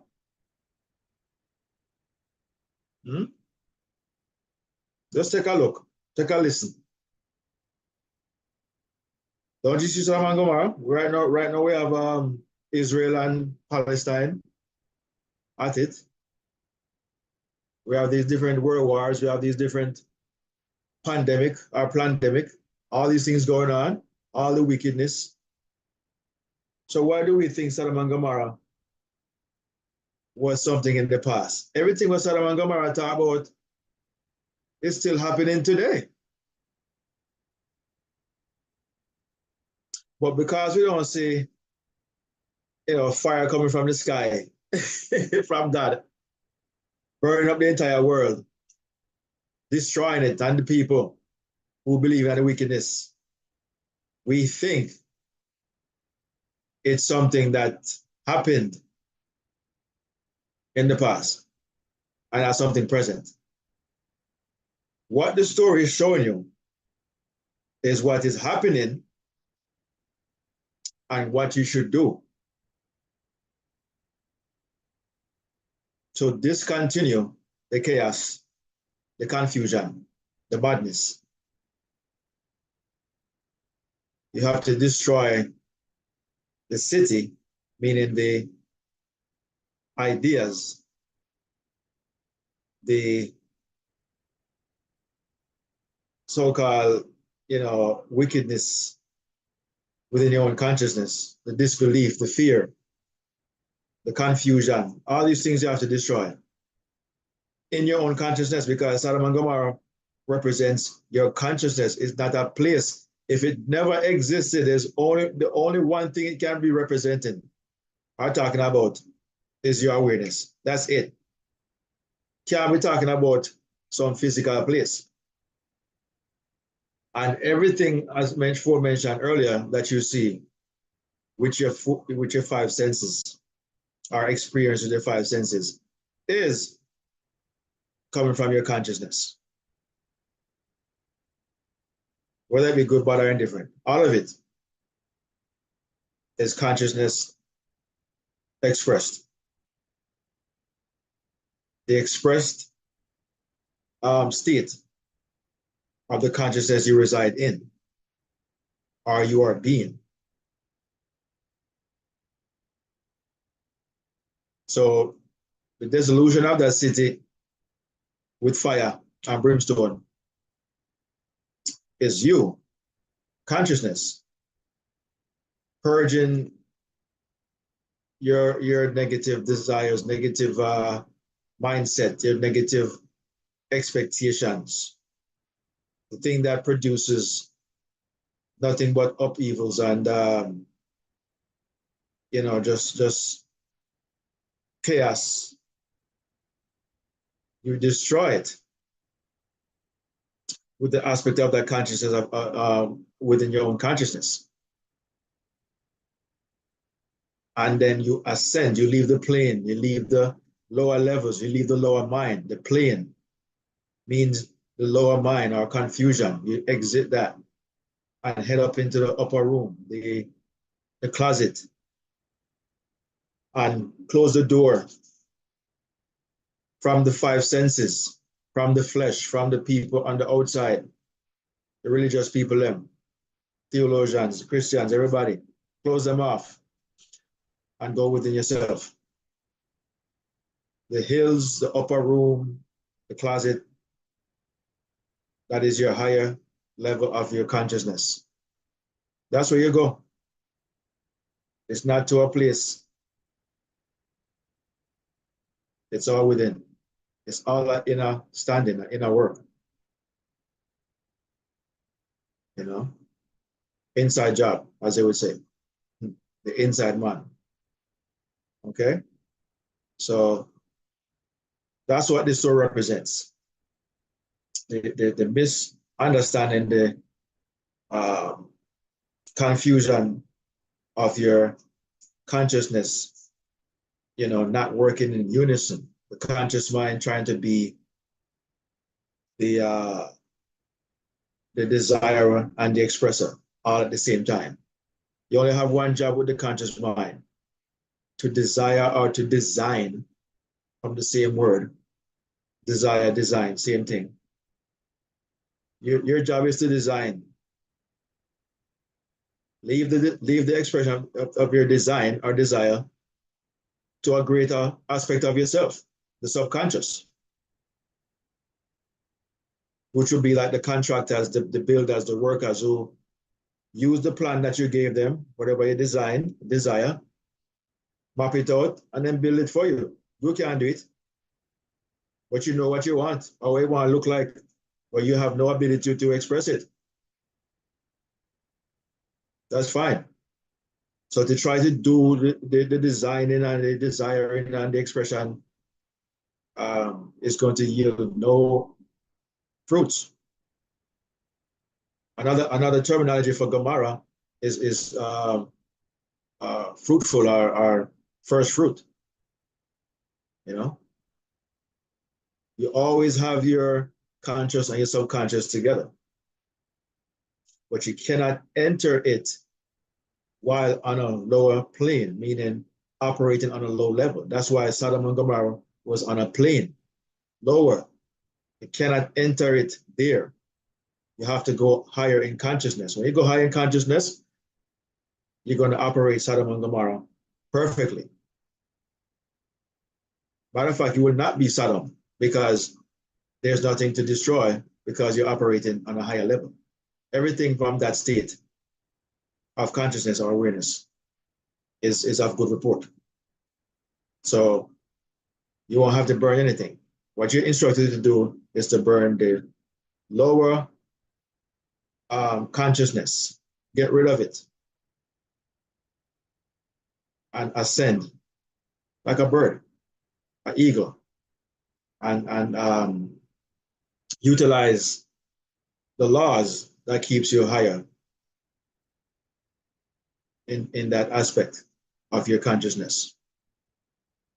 And you will see like an eagle can, so much clearer, even when you're higher, because that's when everything is more visible.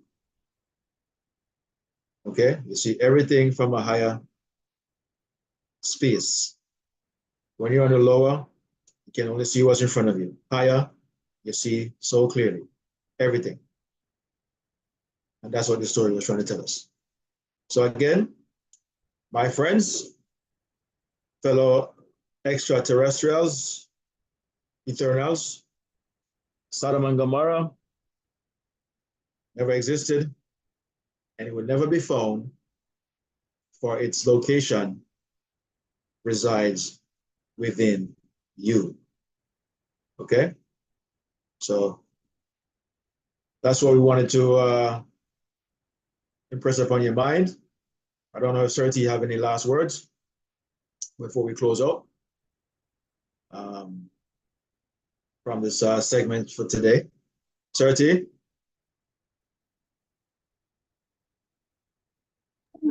Yes, sir. Yeah, good. Yeah, man.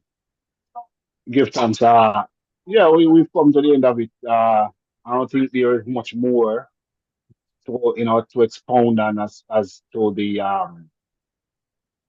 the whole allegorical meaning of the Solomon and Gomorrah disposal.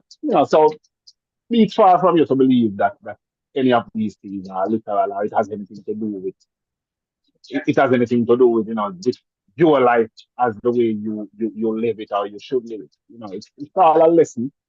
It's all a lesson being taught, in allegorical format of your consciousness,